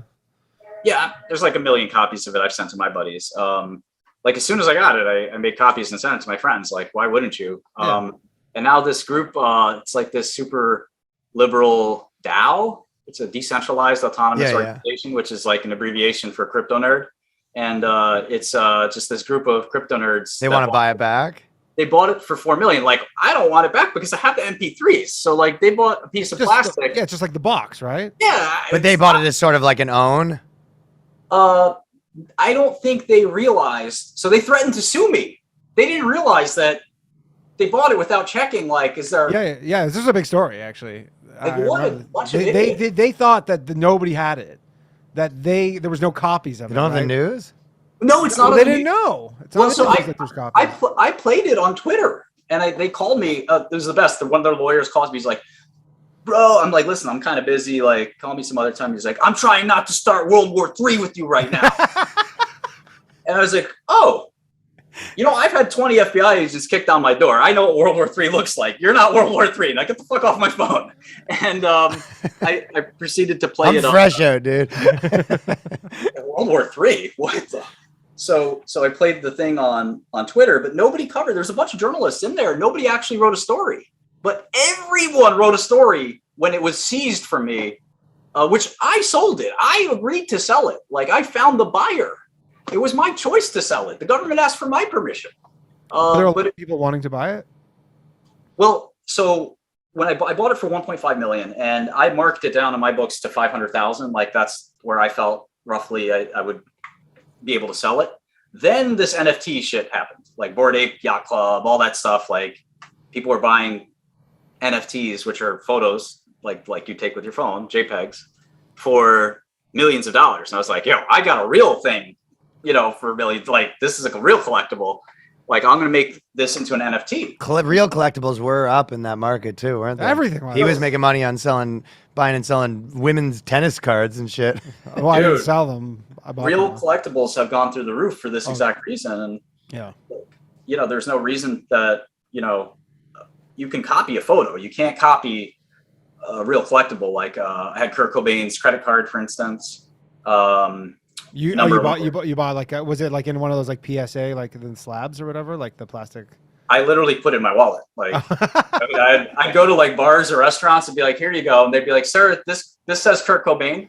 Expired. Like, yes. What expired? What year? Like 95? Yeah, 94, 95. And it's pretty sweet. But like those kinds of things are really valuable. But like the whole NFT thing went crazy. So I was like, I'll make an NFT out of this thing. So then my friend and I found like a good buyer that we trusted. And then something went left and these nerds got it instead. But it was just funny that like they were like, yeah, man, this is the best own. And one of them reached out to me. This guy from Uniswap was like, well, now he can't hear it ever again. Yeah, you're like everyone in the fucking prison's got one. Yeah, we're listening to you right now. Yeah, it was, and it's the saddest thing. They had a listening party, and every single person at this listening party was white, which was like. I saw you did the spaces recently. Yeah, exactly. But they did this thing, and it was every white rich crypto bro, and I'm like, so this is the great plan to liberate the Wu-Tang album. Good, you guys are doing it right. Yeah. Actually. So, yeah. Speaking of that world again, Danny just told me that you were like working with Jim Kramer. What do you think of Jim Kramer? I saw something. I always think he's like one of your most TikToks. guy to fade, but yeah. So he was a hedge fund manager from 87 or 85 to 2000. I joined his firm at 2000. I was 16. I worked there for 4 years. He retired at the end of 2000. So we overlapped for like 9 months, but this was 20 years ago. He literally retired, right? So he stopped trading, stopped investing, stopped working 22 years ago. So that's just an important thing to keep in mind. Because, of course. Yeah, you're right. Yeah, when he was a professional, he was one of the best. And the problem with trading is like, even the great traders like Steve Cohen or whatever, like they're not right all the time. They're right like 52% of the time or something like that. And like their risk management skills bump up their returns a bit, the leverage, they have like a technique that lets them make 10%, 15%. So he's telling you all these kind of techniques that worked if you have all this other stuff, but if you're just a guy, you're just getting rinsed. Well, I don't even think he's even doing that on TV anymore. Like, I think for him, this whole thing is just fun. And no, he's on TV. He gets flamed nonstop. Yeah. Everything he says, everybody goes, I think we've reached the bottom. Everybody's like, all right, 20% lower it is. Like, yeah, and it's like, the guy's been retired for 22 years. He hasn't traded a stock in 22 Pretty years. Good point. Dude, he was telling people to buy Coinbase when it was $450. Yeah, like, he's like, I would buy it up to 500 or something. And it's like, they came out today. Coinbase does like 2% of all crypto trades now. It's like dying. Whoa. Like, I don't want to like I have no reason to support him. Promo code BOYSCAST if you do want to join. He keeps forgetting. Sorry, whoops. Oops. I'll have to do that. I have no reason to support him, but I haven't talked to him in like 10 years. But the point is, like, I made hundreds of millions of dollars trading, right? Yeah. I mean, he's a great trader. Now, he also used to wake up at 4 a.m. Like I tried to beat him to the office. I could never beat him. He was always there at like 4 or 5 a.m. What time do you go to sleep if you're waking up at 4 a.m.? Okay, it's a good question for him. Because does he just not sleep? Because I like a lot of times I'll try to do that, but when I work kind of late with I think he had like a cocaine implant in his chest or something. Like it was just like. Well, I don't know if I remember. So there's like Trump was, I think, one of those guys, but there's all these presidents and people that they say they never slept, right? And they're like, they only needed 4. And there was studies that some people need that. But then they did a second study that a lot of those people got Alzheimer's at like a crazy, all those guys who like weren't sleeping, all got dementia and Alzheimer's at like a way higher rate. Jerry Jones, the owner of the Cowboys, he's notoriously like never sleeps or whatever. But then everybody's like, you'll be talking in a meeting. He falls asleep. He's falling asleep everywhere. Like, he just falls asleep everywhere. He can't just not sleep. He just steals 15 minutes here and there, but you're like in a meeting, he's falling asleep. I think science has established it's like the most important thing you could do for your health is to sleep a lot. And Einstein did it. But there's so many people that are like, you need 2 more hours, wake up 2 hours earlier. It's like, I can't just not sleep though. Yeah. It's David Goggins and fucking Jocko are like just sending people to early grades. It's funny. That's why Kramer retired. He was like 40 something. And like for him, it was a health thing. Like to be a professional hedge fund manager, you have to be like trained like an athlete. And like, how do you train like an athlete? What do you mean? Like you have to be so physically and mentally fit that like Gotcha. you can't let your concentration drop. And believe it or not, like I've known like chess masters who like a 6-hour chess match, they're drenched. Like it sounds funny, but like it's an intense workout. As weird as that sounds, like your brain's burning a lot of calories. And for Kramer, he would be standing up. The guy never sat down. He'd be standing up like this, like, you know, kind of, you know, over his desk, screaming at everybody. Like, and Yeah. it was like Mad Money on steroids. Like it was worth working there just to watch. Like it was just like the best show ever. Because imagine Mad Money with cursing, right? So the guy is just like F-bombing everyone. He used to throw stuff at me, at everybody else, like big water bottle, like full of water. He'd just be like, "You fuck!"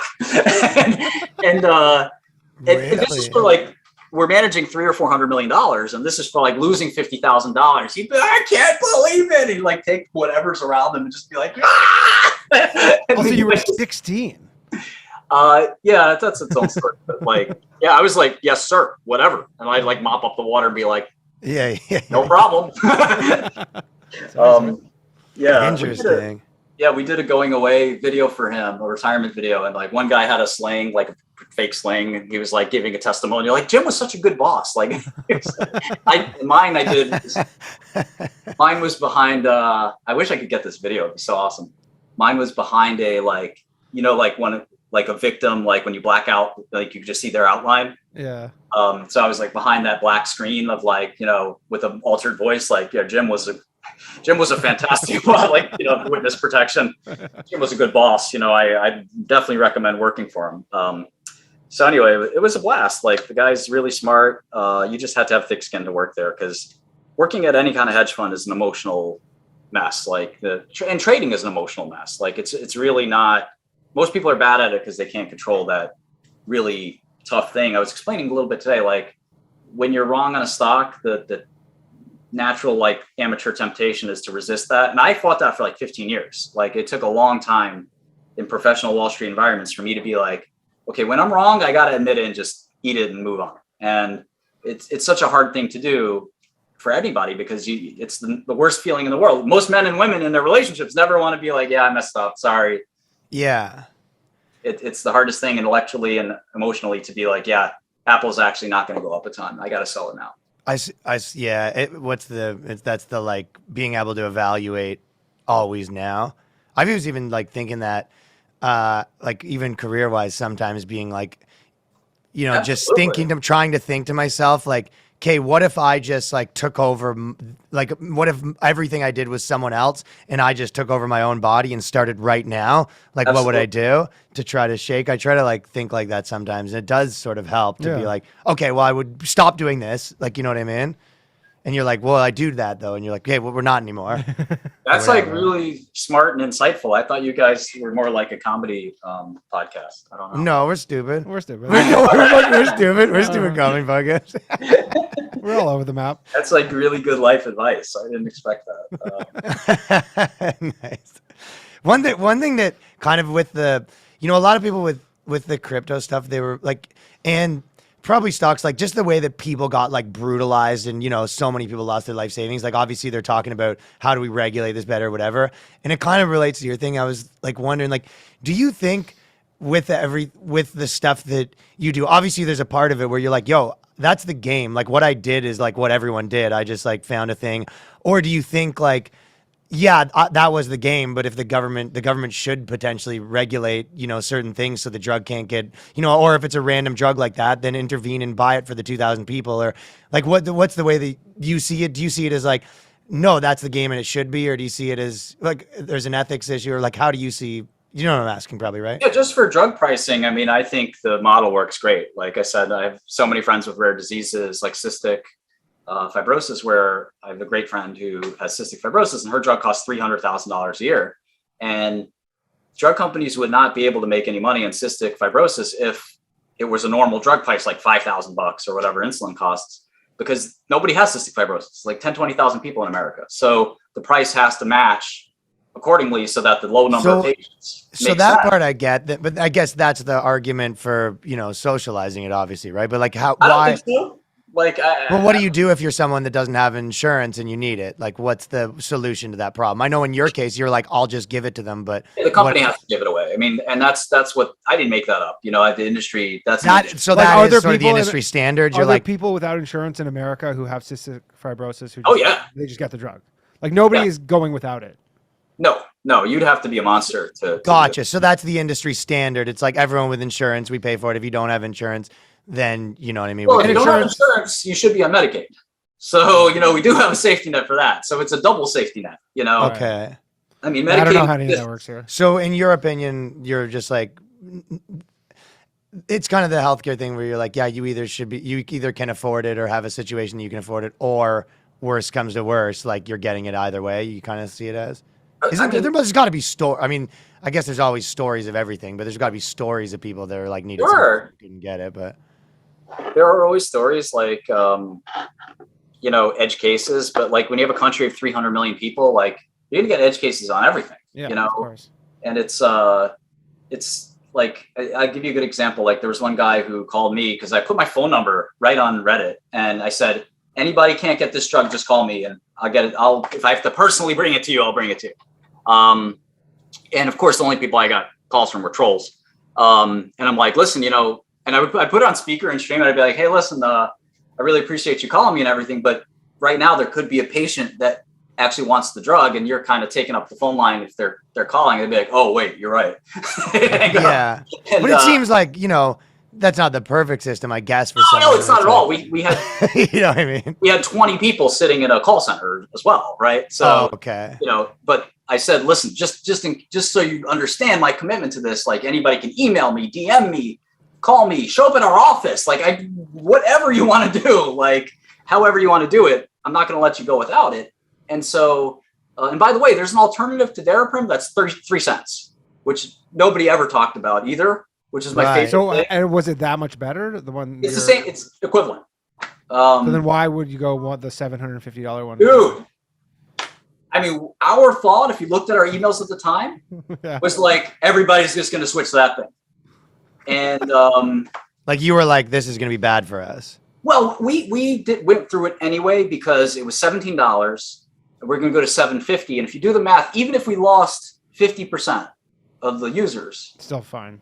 we're still fine. If we lost 80% of the users, it still has more revenue than before. We only lost about 30-40%. And the reason we only lost 30-40% is because the media came out with these articles that said Shkreli raises life-saving drug with no alternative. We're like, Bactrim works really well. It's like a very common, like you guys have probably taken Bactrim at some point in your life. It's one of the most common antibiotics. Gotcha.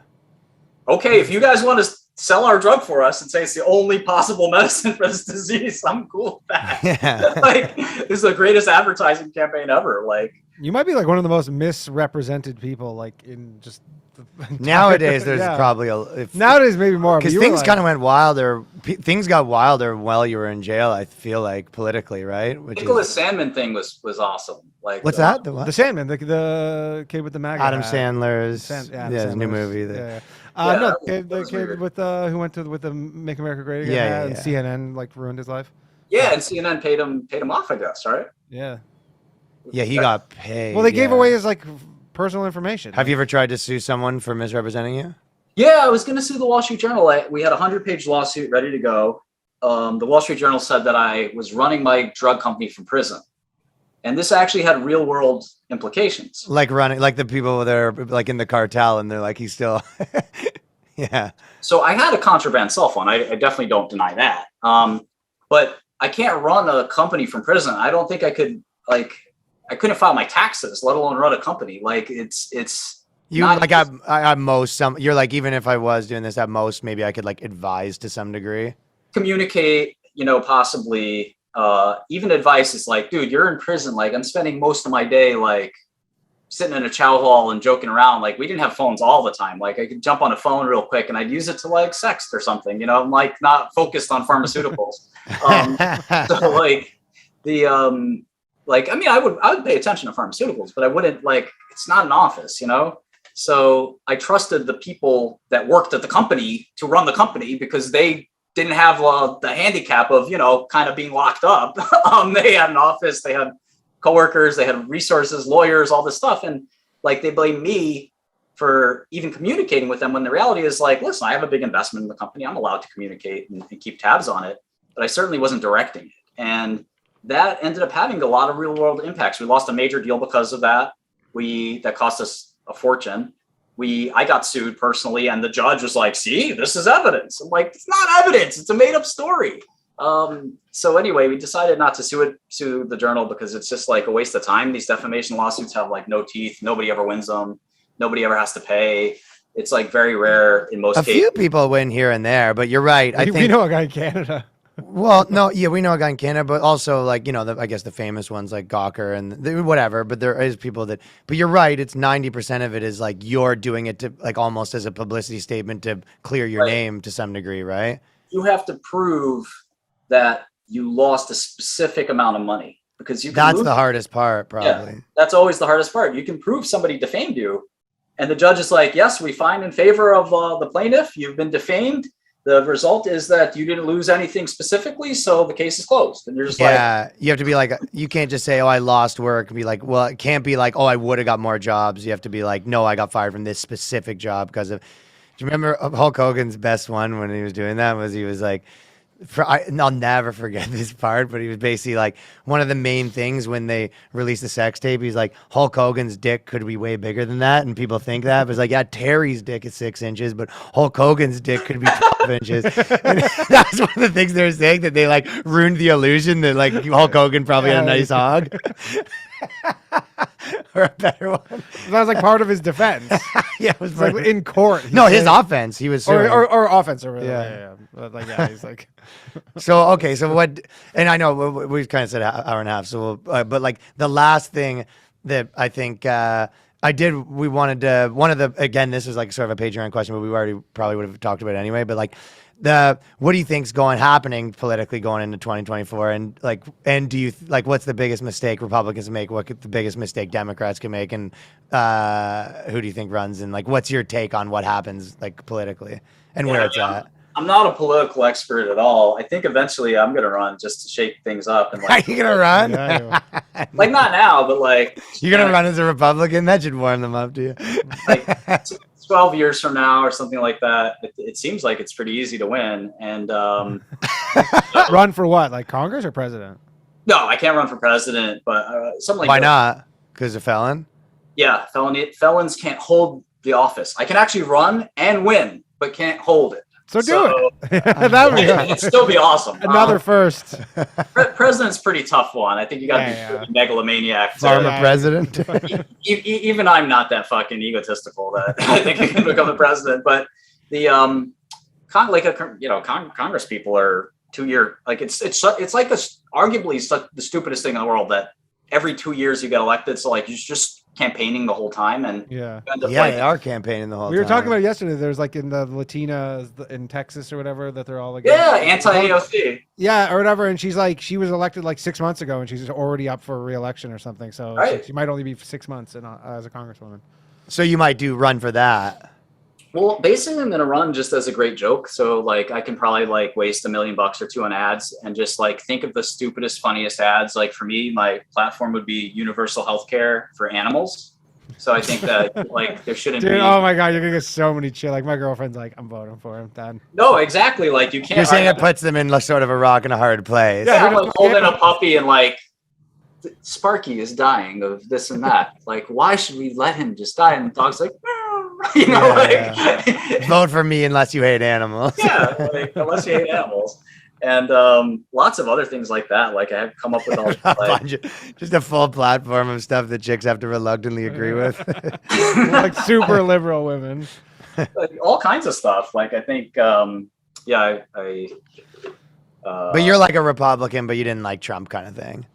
I started liking him. He didn't pardon me, so that was the final straw. I was like, oh yeah, weren't you gonna pardon the guy that he pardoned or something like that? The rapper. You said like you offered to pay his bail. Like what's the Kodak Black? Kodak Black. Well, no, I think you're crossing wires. It was Bobby was Shmurda. Oh, you Bobby Schmurda. I thought that you were gonna like potentially pay someone's bail, and then you went to jail, and like he Like was the like, same day. Like, right? Okay, so I knew there was something like that. yeah, like a week after I was like, yeah, I'll help Bobby Schmurda. And they're like, yeah, you're arrested now too. Yeah, good luck doing that from prison. Why'd you think Trump would pardon you? Like, did you know him? We have a lot of mutual friends. I don't know him. We have the same ideology, like, but I think he got so frustrated at the end of his term that he was just like, I'm done with all this. Like, it's like he basically shut down. Like my lawyer represented Kushner's father when he went to prison, so it's a pretty good in. And my lawyer called me and he's like, "It's not happening, man. They just can't do it. Like you're too toxic. One, you only have like a couple years left. Like the pardons should be saved for people who are like Ross Ulbricht. I think should Going get to jail for life. Yeah, he should definitely. What's and his he deal? will. He's the Dread Pirate. He's the Silk Road guy, and he's like in multiple murders and like he's in jail for life, right? Like You got He to did multiple murders? they put No, saying it's he a did. big misconception. I don't know this story. Don't say that. But Don't say that again. But isn't that what he's convicted for? No, Oh. it's a huge misconception. Oh, Okay. I thought that was Well, what happened? partially what he was in jail for. So he got indicted, and there was some evidence that he put a hit out on somebody, but he never got charged with that. He just got charged with having the largest drug trafficking organization of all time. Yeah. But he actually did get. And again, it's a sad story because the guy's in prison. He's just a computer geek, and he's at the max. Like I heard a rumor. Jail rumors are about as trustworthy as any other rumors, but I did hear a rumor that the white supremacists gave him a knife, and they're like, "Listen, you're with us, whether you like it or not. This is what you need to do. Take this and go put this in this other prisoner, like a Mexican guy. Oh, Go. It's called. that's my putting in work. nightmare. Yeah, it's called. But he's in putting a in- max? Like Yep. And so then what happened? They told him you have to put in work if you're going to be protected. If you're going to be one of us, you're going to eat with us. You're going to be protected by us. You're cool. We like you. We like your story. Like you're not a rat. We have to go kill a guy. You got to go kill this guy. And he was like, I can't do it. So he allegedly, and again, this is a disparaging term in prison. It's called checking in. He went on his own volition of protective custody. He told, and it was actually, I wouldn't say nice of the white supremacists, but they kind of threw him a ball and they're like, listen, you're not going to do it. We understand it's not for you. Go tell that guard that you can't hang. And because you can't stay here, you're either with us or you're not staying here, period. And that's actually a good thing in his behalf, because if they're not going to protect him, somebody else is going to grab him up. So again, a guy who is in essence a glorified computer geek is in prison dealing with this kind of shit. like he never touched any drugs. He literally just ran a website. Yeah. Again, what's the argument that like he because the obviously knew everyone was using it for drugs website or was something? being used for people. The whole thing. Everybody buy their Bitcoin. he's not innocent, right? Yeah, He's not innocent. I but don't it's think just like the proportionality. It's yeah, like, exactly. Should he get 10 years or double life? So if you And beat I guess it wasn't life- just drugs. It's probably whatever other like. No. For him, it was like drugs. Oh, but then they okay. were trying. This is what my misunderstanding was. What they were trying to say. Well, yeah, there was, serious allegation. The evidence looked on its face fairly good that he did put a hit out on somebody through an FBI agent. So the person never died or anything. There's just a hit. It was the entrapment to some degree. Yeah. So they didn't even bother putting it in the case because it was so weak. And it turns out that FBI agent got indicted himself for stealing Bitcoin all the Bitcoin, right? while he was on the job. Yeah. Because he had like 200,000 Bitcoins. Or something. Really? So didn't he have some like insane number? No. So Silk Road did. Or This Silk guy Road did, sorry. siphoned like a couple $1 million worth, put it in his pocket. And he's like, "Hey, this is what FBI agents do, man. Hey, this is." No. I'm saying Ross Ulbricht had like. Lost it. Yeah. He had like 200,000 Bitcoin, something like insane number. And they took it all. Considering He there's only probably- 21 million of them. He'd probably be the richest man in the world right now if like his job never. Oh. And that's Yo, arguably. imagine you were like, yo, yesterday I was the richest man in the world. Today it's like I have to kill a guy for the KKK. Like what a. That's the criminal life too. Chapo's living that life now. But He's not living in a cell where it's like in the movies where they're bringing him steak dinner and stuff like that. No, he's No, not unfortunately. like Paul Sorvino and Goodfellas or anything. that was more of my Bacon life. sauce. I tried to I had this buddy D Block, who I would love to come on this with both of us, because he's hilarious. He could be a comedian himself. Do you still hang out with some of the guys that you went to prison with still? I got you. No, I would never do that. So D Block. Are you not supposed to associate with anyone from? Oh, you're not supposed to associate with other people that have records. Is that kind of the idea? Or is it all wishy-washy and they're just looking for a reason to get? I just listen to what my lawyer says and I do that. Okay. But so D Block was like a very solid like resource for like he could get anything into the prison. And I was like, listen, D Block, can I talk to you later? He's like, yeah, what's up? I'm like, if you can think you can get me some stuff from the street? He's like, got you, what you need. Like very conspiratorial. I was like, Kit Kat. He's like, are you fucking kidding right now? He dropped the whole like whispering act. Yeah. You fucking kidding? I was like, no, man, I really want like some Kit Kats and Twix and Snickers. He's like, man, I'm not getting you any of that. He's like, I thought you wanted like a brick of cocaine or like but also you're like, yo, I'm rich. Knife or something. Give you money, right? What's that? I told him, I said, what's the difference to you? If it's a Bowie knife or a brick of cocaine, just give me some chocolate. I'll pay you the same amount. I'll pay you $2,000 or $5,000. Just yeah. I have money to throw around. I wanted my contact lenses of all things. Oh. I wear glasses, but you can't have contact lenses in prison. So brutal. Like, sneak these things in through like somebody's butt or whatever you have to do. Like, get me my contacts, and they're all brown. The worst pink eye.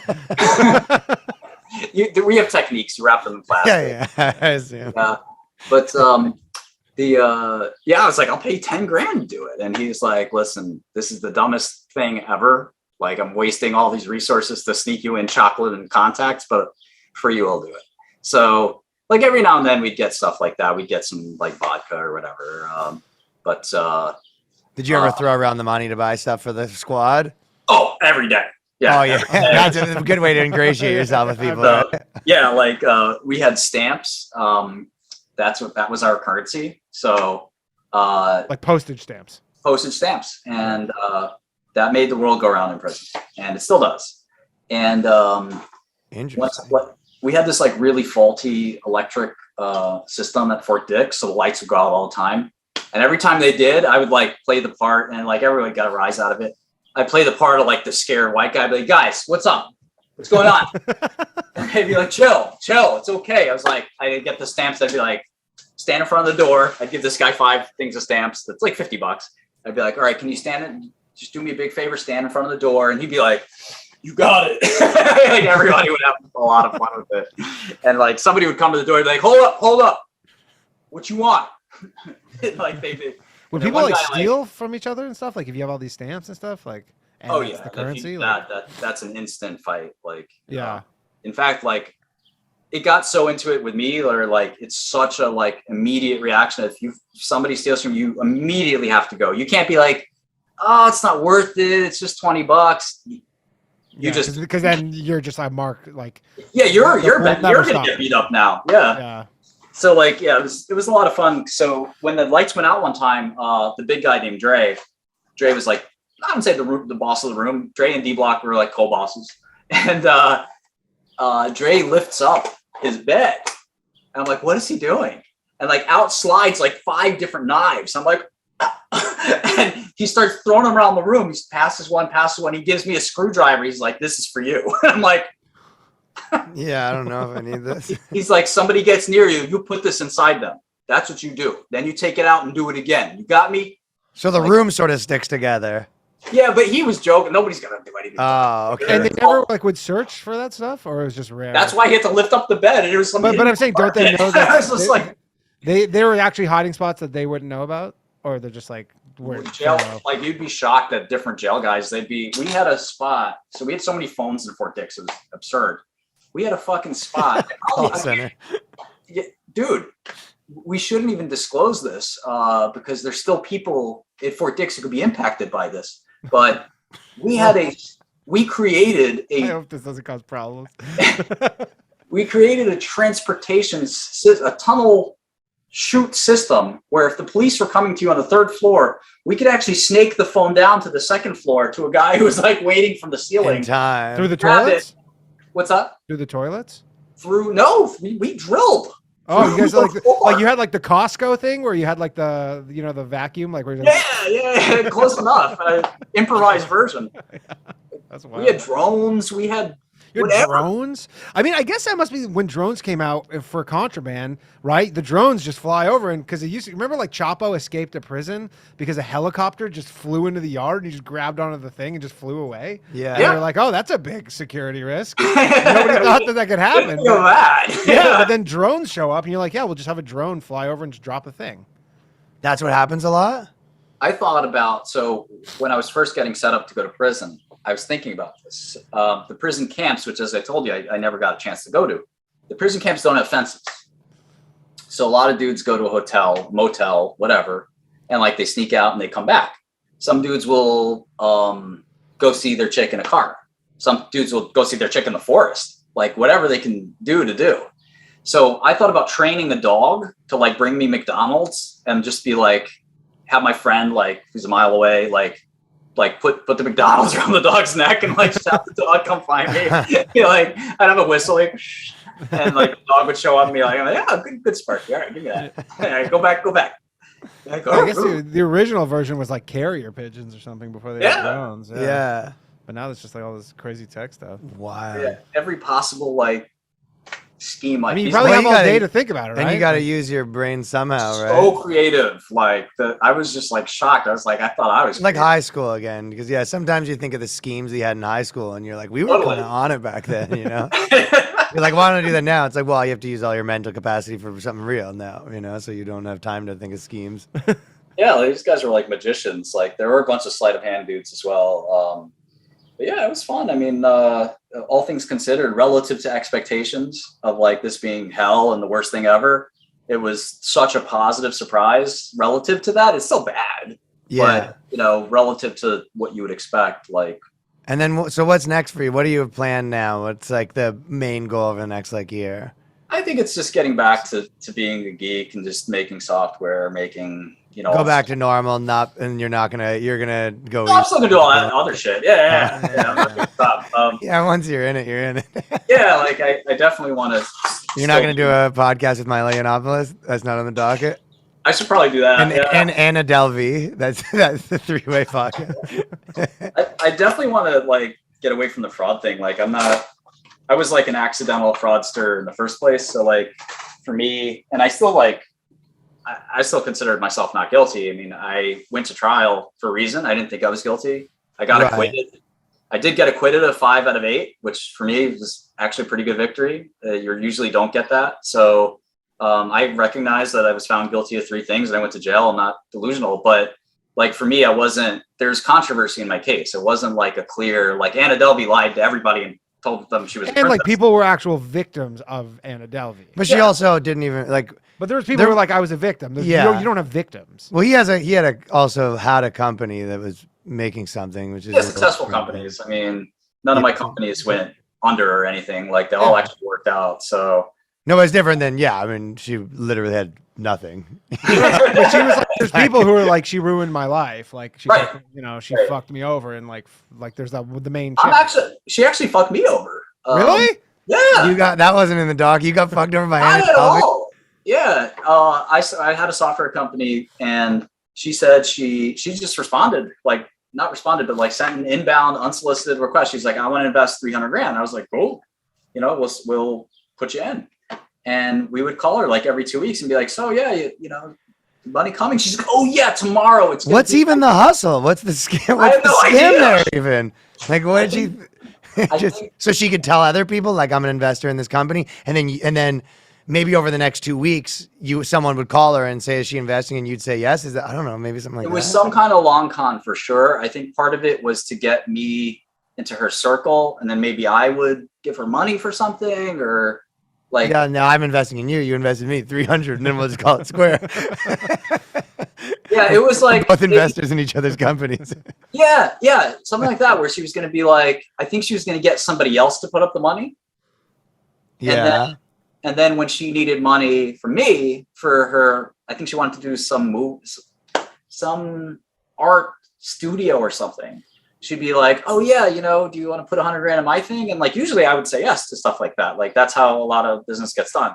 You know, you invest in my thing, I'll invest with your thing. Cool, whatever. And I had no reason not to trust her, like her. I didn't like her particularly. Like, she was like really quiet. Like, she just whispered everything. It was strange. Really? It was the weirdest thing. Was like, she hot? I feel like they made her look hotter in the movie, right? Yeah. So I thought she was like a 6. Yeah, she wasn't making the cut with Martin.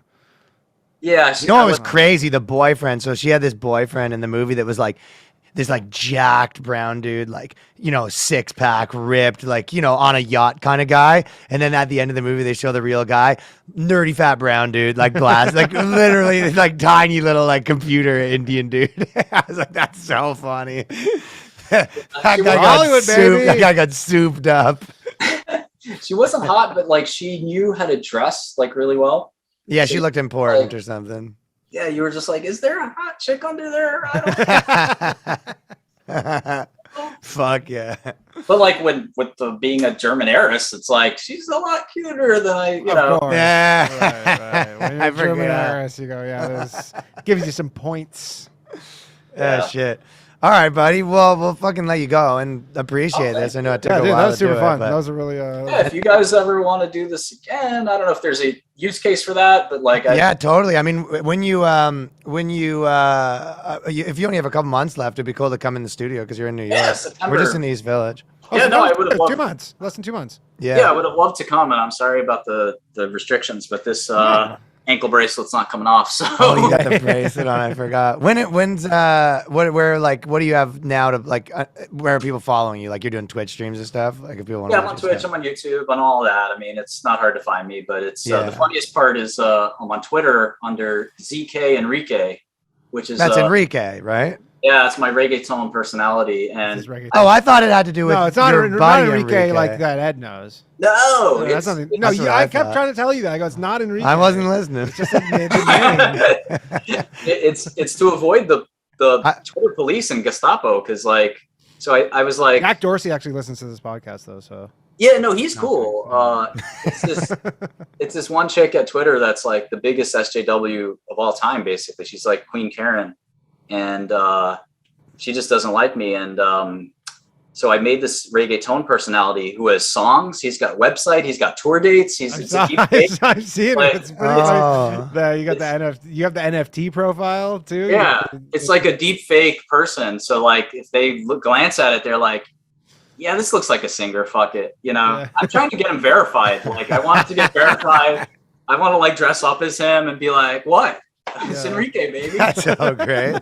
ZK Enrique. Yeah, get a photo with you wearing like a dread cap and stuff like that. Kind of look, but the cartoon does look like it's it's not. I think looks like you kind of, yeah. The guy who did the deep fake kind of did a little like, yeah, you know, it's very little morphing. Anyway, it was great to talk to you guys. BOYSCAST.